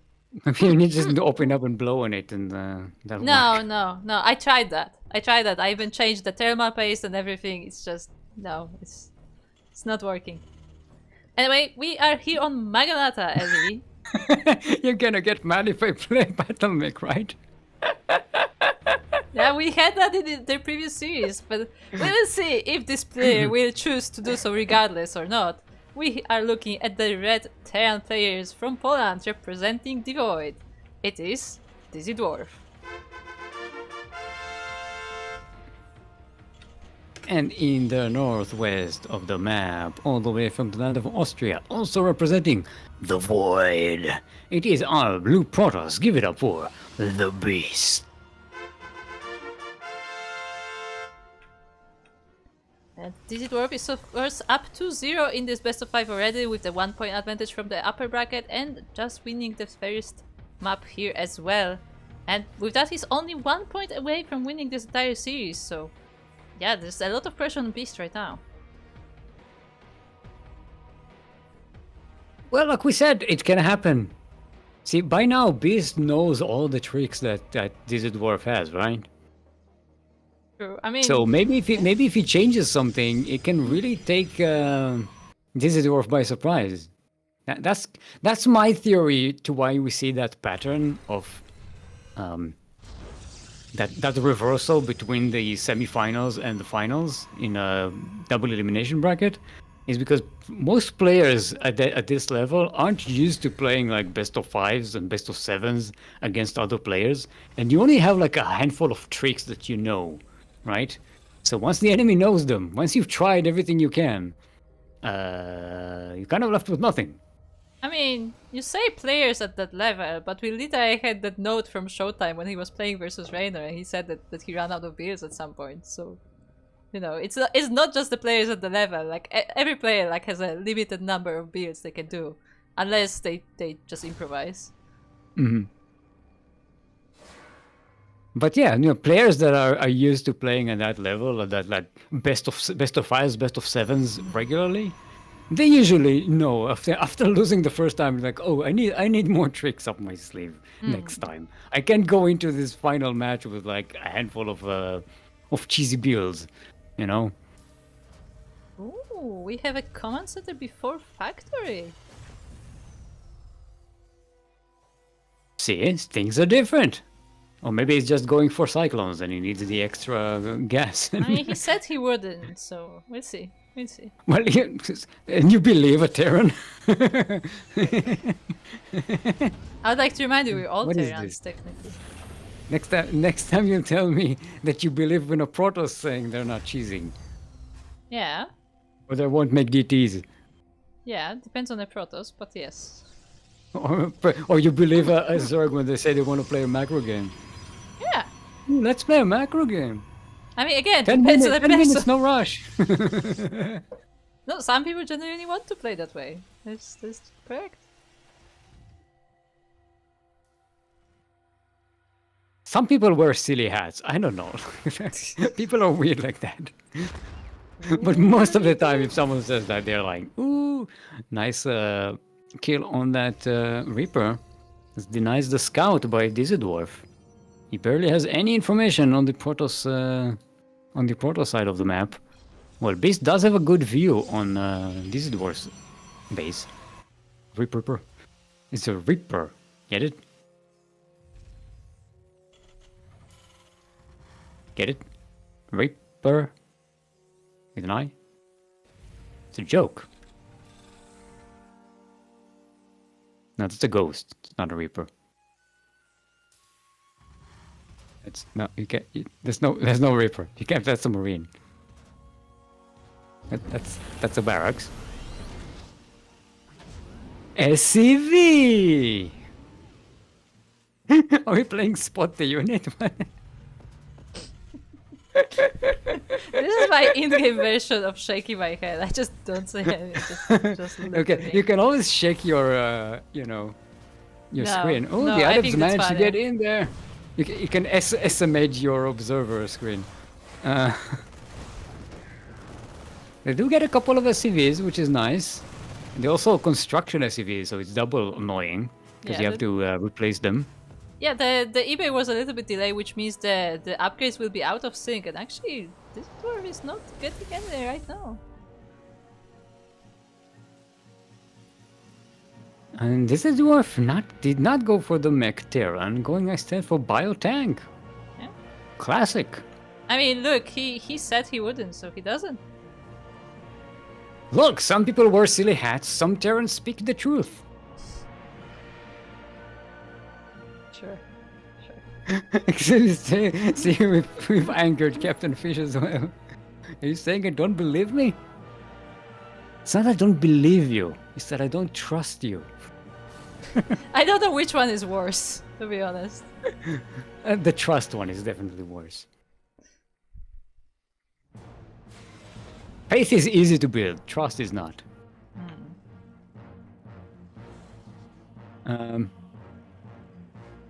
Anyway, speaking of things you don't trust, yeah, this dwarf is like, what's going on? Where are you? Just scanning all over the place. Like, you should be attacking us. Something should be happening. There's a proxy Stargate, not Stargate, the other gate, gateway. Yeah, an reinforcement point, essentially. Waygate over here.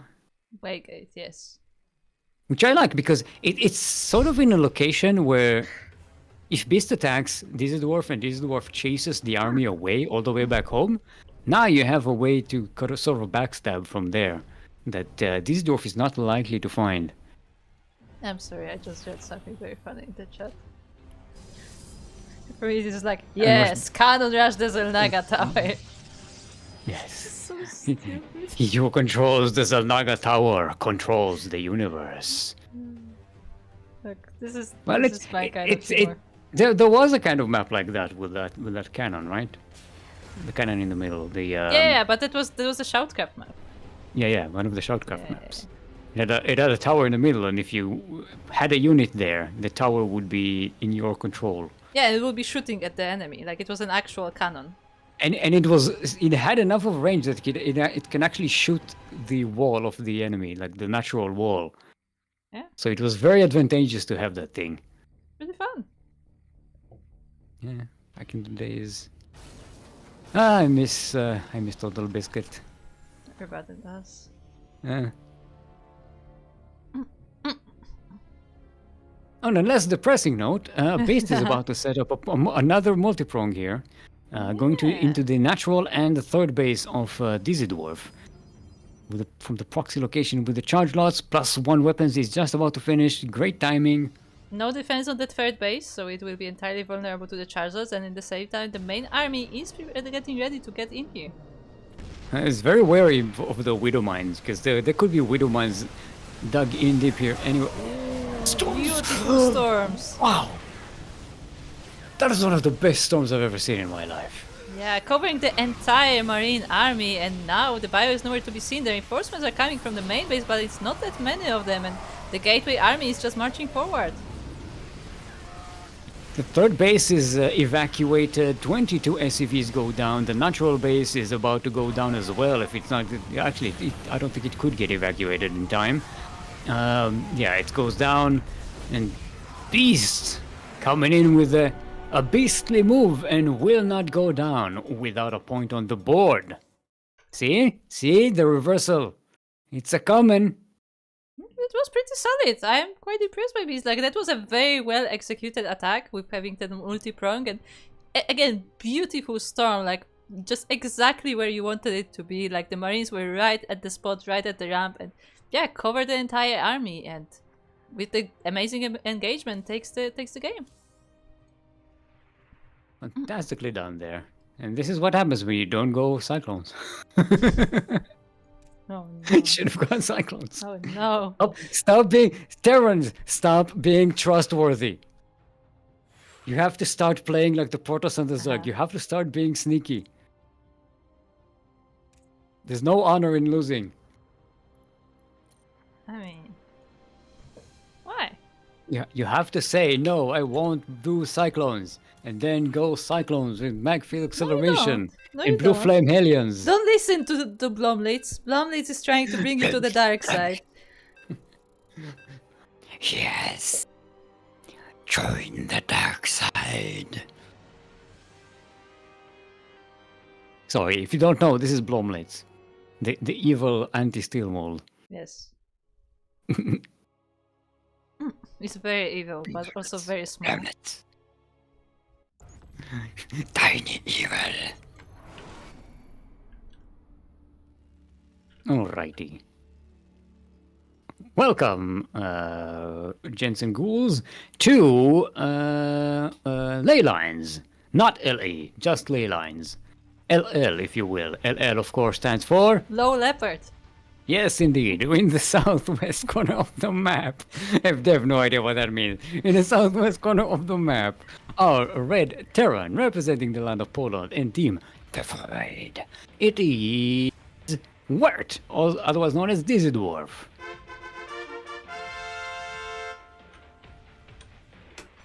And across the map we have his opponent taking that game in the previous map, and he is a blue Protoss player, also from Clan Devoid, but representing Austria. It is Beast. Is it Beast or is it the Beast? Or did someone say Beast. lose the and it just be Beast? Ooh. Remember when I said stop being trustworthy? Yes. Yes. And the only problem is that we do have a probe across the map, although he does see the barracks in the wall, so he may not suspect anything. No. He should see. If he knows that there's like 300 minerals missing from this base right now. He should know. He is checking. He is checking on the bottom of the map, but that is not where the racks are. Or maybe. What's Schwerekautze? Hold on. I need to whip up my Google Translate again. Wait, aren't you fluent in German, Kappa? No. Heavy cruiser. Oh, yes. Haven't seen battle cruisers in a long time. Is that what battle cruisers are in German? Heavy cruisers. Yeah, but I don't know if that's what they use in game as a translation. Ah, could be. I actually don't know if I know the Polish translation. Like, I know what I would call it, but I don't know what it is actually in the game. How many Z's and Y's are in it? No Y's, but I think it's Krążownik. How many Z's? Just one. I love Polish. Polish is to me it's such a funny language. There's just so many syllables that just like it's very difficult to keep up, and I find it funny. Look, if it makes you feel better, I feel similarly about like Serbian and stuff. There's also like I look at the letters, I'm like, this makes no sense. How do you pronounce that? Grzegorz Pichcikiewicz. That's the. I love that name.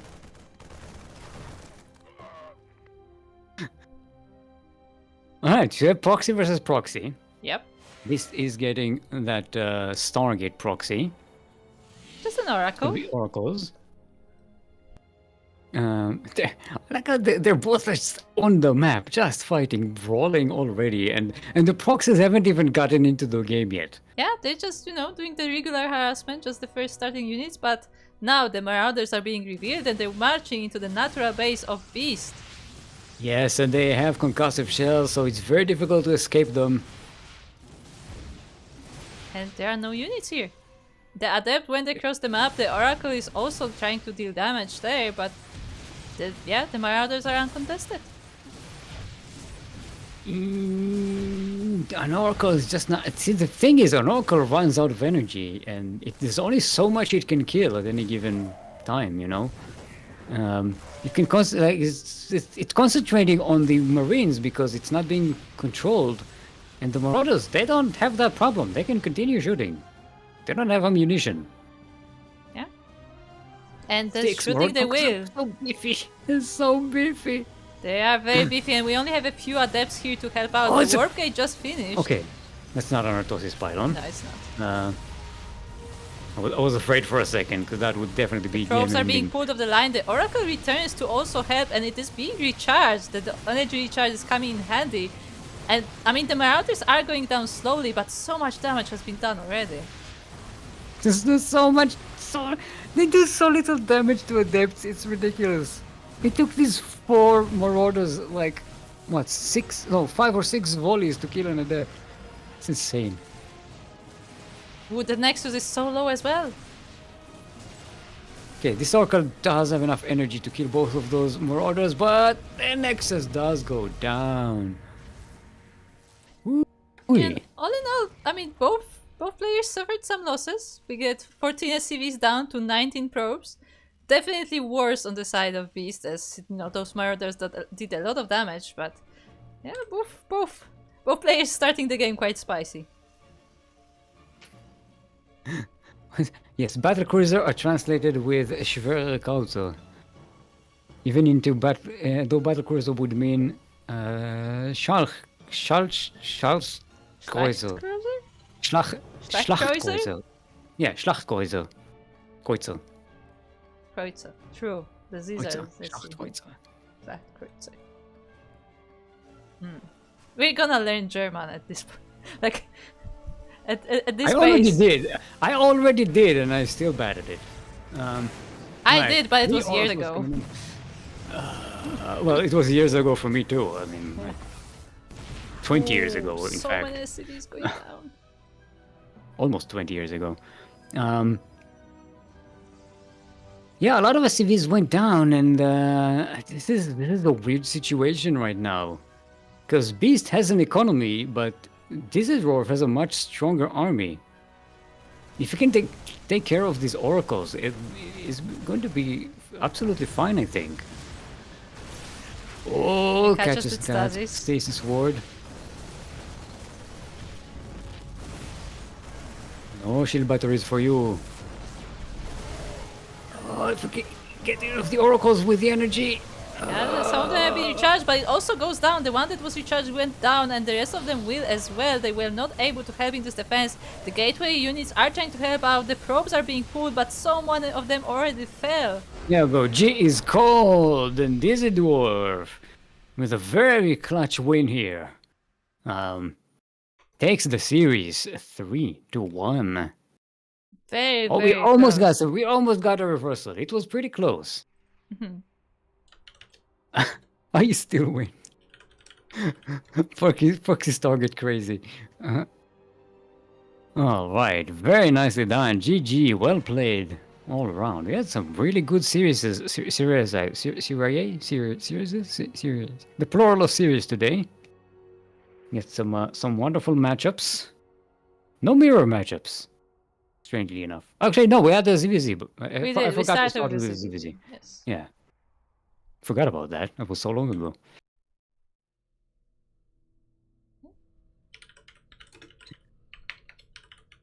So yeah, congratulations to Düsseldorf for winning another tournament. It is up to 4 MSO victories now, which puts him on the board with such alumni as Emin Chocolate Vavin and Knock Knock. Only beaten by Stardock and Napolkoshon. There you go. With the 5 each. This is it's a pretty big honor. That is some elite group there to join. Yeah, I think Düsseldorf and Zigor are the only contemporary players that are on that medal list right now. All the other ones have gone and gotten too good for the for the tournament. Yes, I mean, in a way, that's kind of the point of this tournament. Yes. Like, it's a bit bittersweet, but like that's kind of the point that like through these tournaments, through the competition, through like all these games that are required to even play in this tournament, like eventually you will get better, you will advance to the next step. And again, we've seen quite a few players like coming from these amateur tournaments actually being, you know, semi-pros and pro players later on. So that's kind of the role of these tournaments. And I mean, it's always great to see. Of course, it's fun to always have our champions, our repeating champions, to see them like how they improve over time. But it's also nice to see them like, you know, graduate from this tournament and go to higher reaches.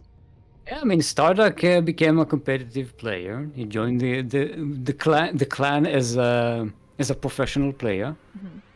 I mean, and then graduated to Kerrigan Survival 2. Yeah, we're not talking about that.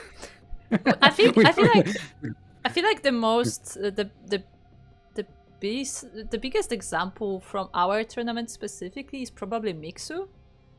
Because Mixu played in our tournaments like very early on, like 2017, 2018, like something like that. And he played like as Diamond. He was Diamond back then. And now he's like, you know, on that semi-pro level. So yeah. It's nice to see our Ducklings becoming swans? No. Growing up and becoming wild geese. Angry and capricious and fierce and undefeatable. Yes, I'm sure that like the evolution from a swan is to geese. If birds were a Pokemon, I don't know. Geese. I was trying to work some metaphors. It's like Pokemon, you know, they change something completely different when they evolve. Yeah. I would say I have not faced a geese, so I cannot attest to that. I know what facing a swan looks like. I've met a few. Yeah, geese are kind of like that. I Quite know. territorial. I have had to protect myself from a swan. Let's put it at that.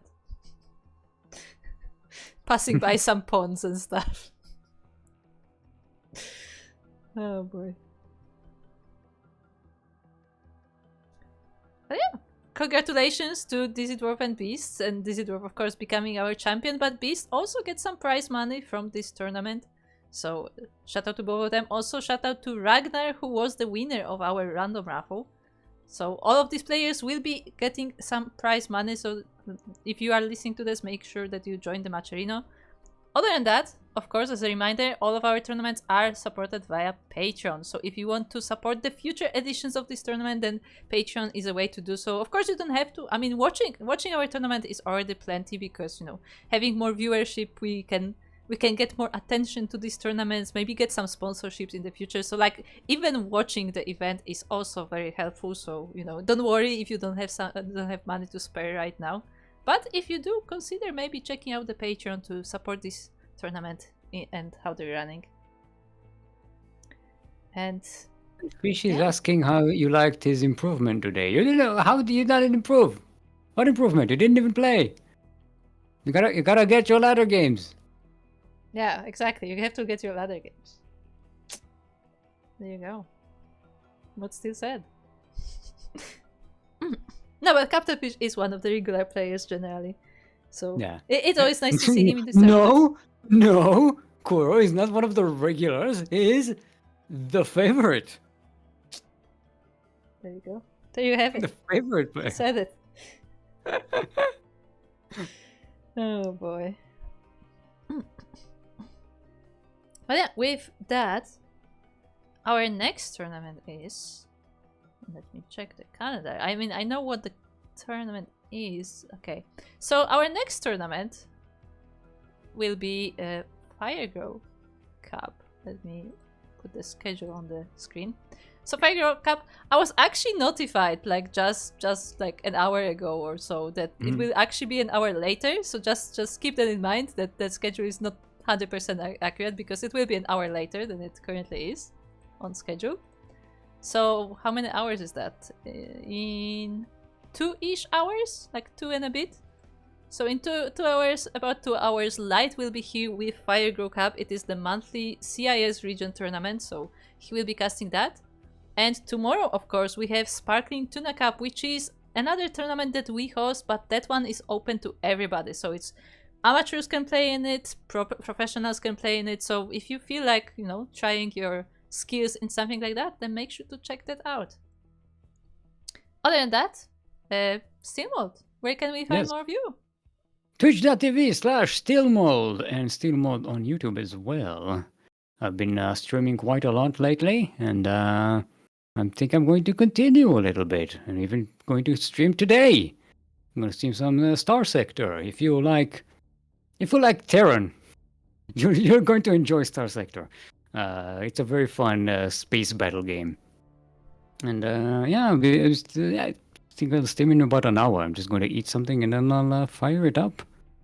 And if you want to watch my previous series, like retro games, like the Quest for Glory series that I just finished, they are all up on YouTube. Steelmold on YouTube. Welcome to watch that. I watch them myself because I found that they help me sleep for some reason. I just watch my own streams and get so bored that I manage to actually fall asleep. I could not. I don't know why it happens, but it's a good. I'm going to ride that wave as long as I can, because if it gets me good, anything that gets me a good night's sleep is good in my book. Fair. And but what about I would be so annoyed listening to my voice. Boy. I got used to it, so that's a good thing. True. What about you, Krupp? Where can they find more of you? If you want to find more of me, you can find me mostly in the CranKy Ducklings Discord, as I'm mostly working behind the scenes on the CranKy Ducklings events. But if you want to see my own content, you can check it out at twitch.tv/16squadsanseki and YouTube at 16squadsanseki. I know it's not the easiest of names, but that's the one that was available. And I generally don't stream StarCraft, so a bit of a disclaimer there, but I want to go back to laddering, so I may squeeze in like very, very, very short streams with some Zerg ladder, as I have absolutely no idea what I'm doing because I haven't played in like a year. So look forward to that. But other than that, I think that will be all for today. So again, if you enjoyed this stream and want to see more like it, make sure to follow us either on the channel that you are watching it. As a reminder, we stream simultaneously right now to Twitch, YouTube, Facebook, Kick, and TikTok. So either of these channels is having the same stream content. Other than that, you can also follow us, of course, on social, on Twitter/X. You can follow us on Mastodon, on Blue Sky, on Instagram, on Facebook. We also, of course, have our Discord server. The Discord server is probably the most important one because that's essentially the hub of all the information and everything that we do. So if you want to join Clubhouse. that... Sure. Yes, that's our clubhouse. That's where everybody hangs out. True. That is where we hang out, indeed. But yeah, with that will be all for today. We will be looking for some streamer to host some StarCraft content. Unless if we don't find any smaller streamer, we may just host BGE Star Agora, because as a reminder, Star Agora is currently going on. They just started recently. And today is the final day, so make sure to check that out. And with that will be all, Steelmold. Do you have any final words for the stream? Bye! Bye!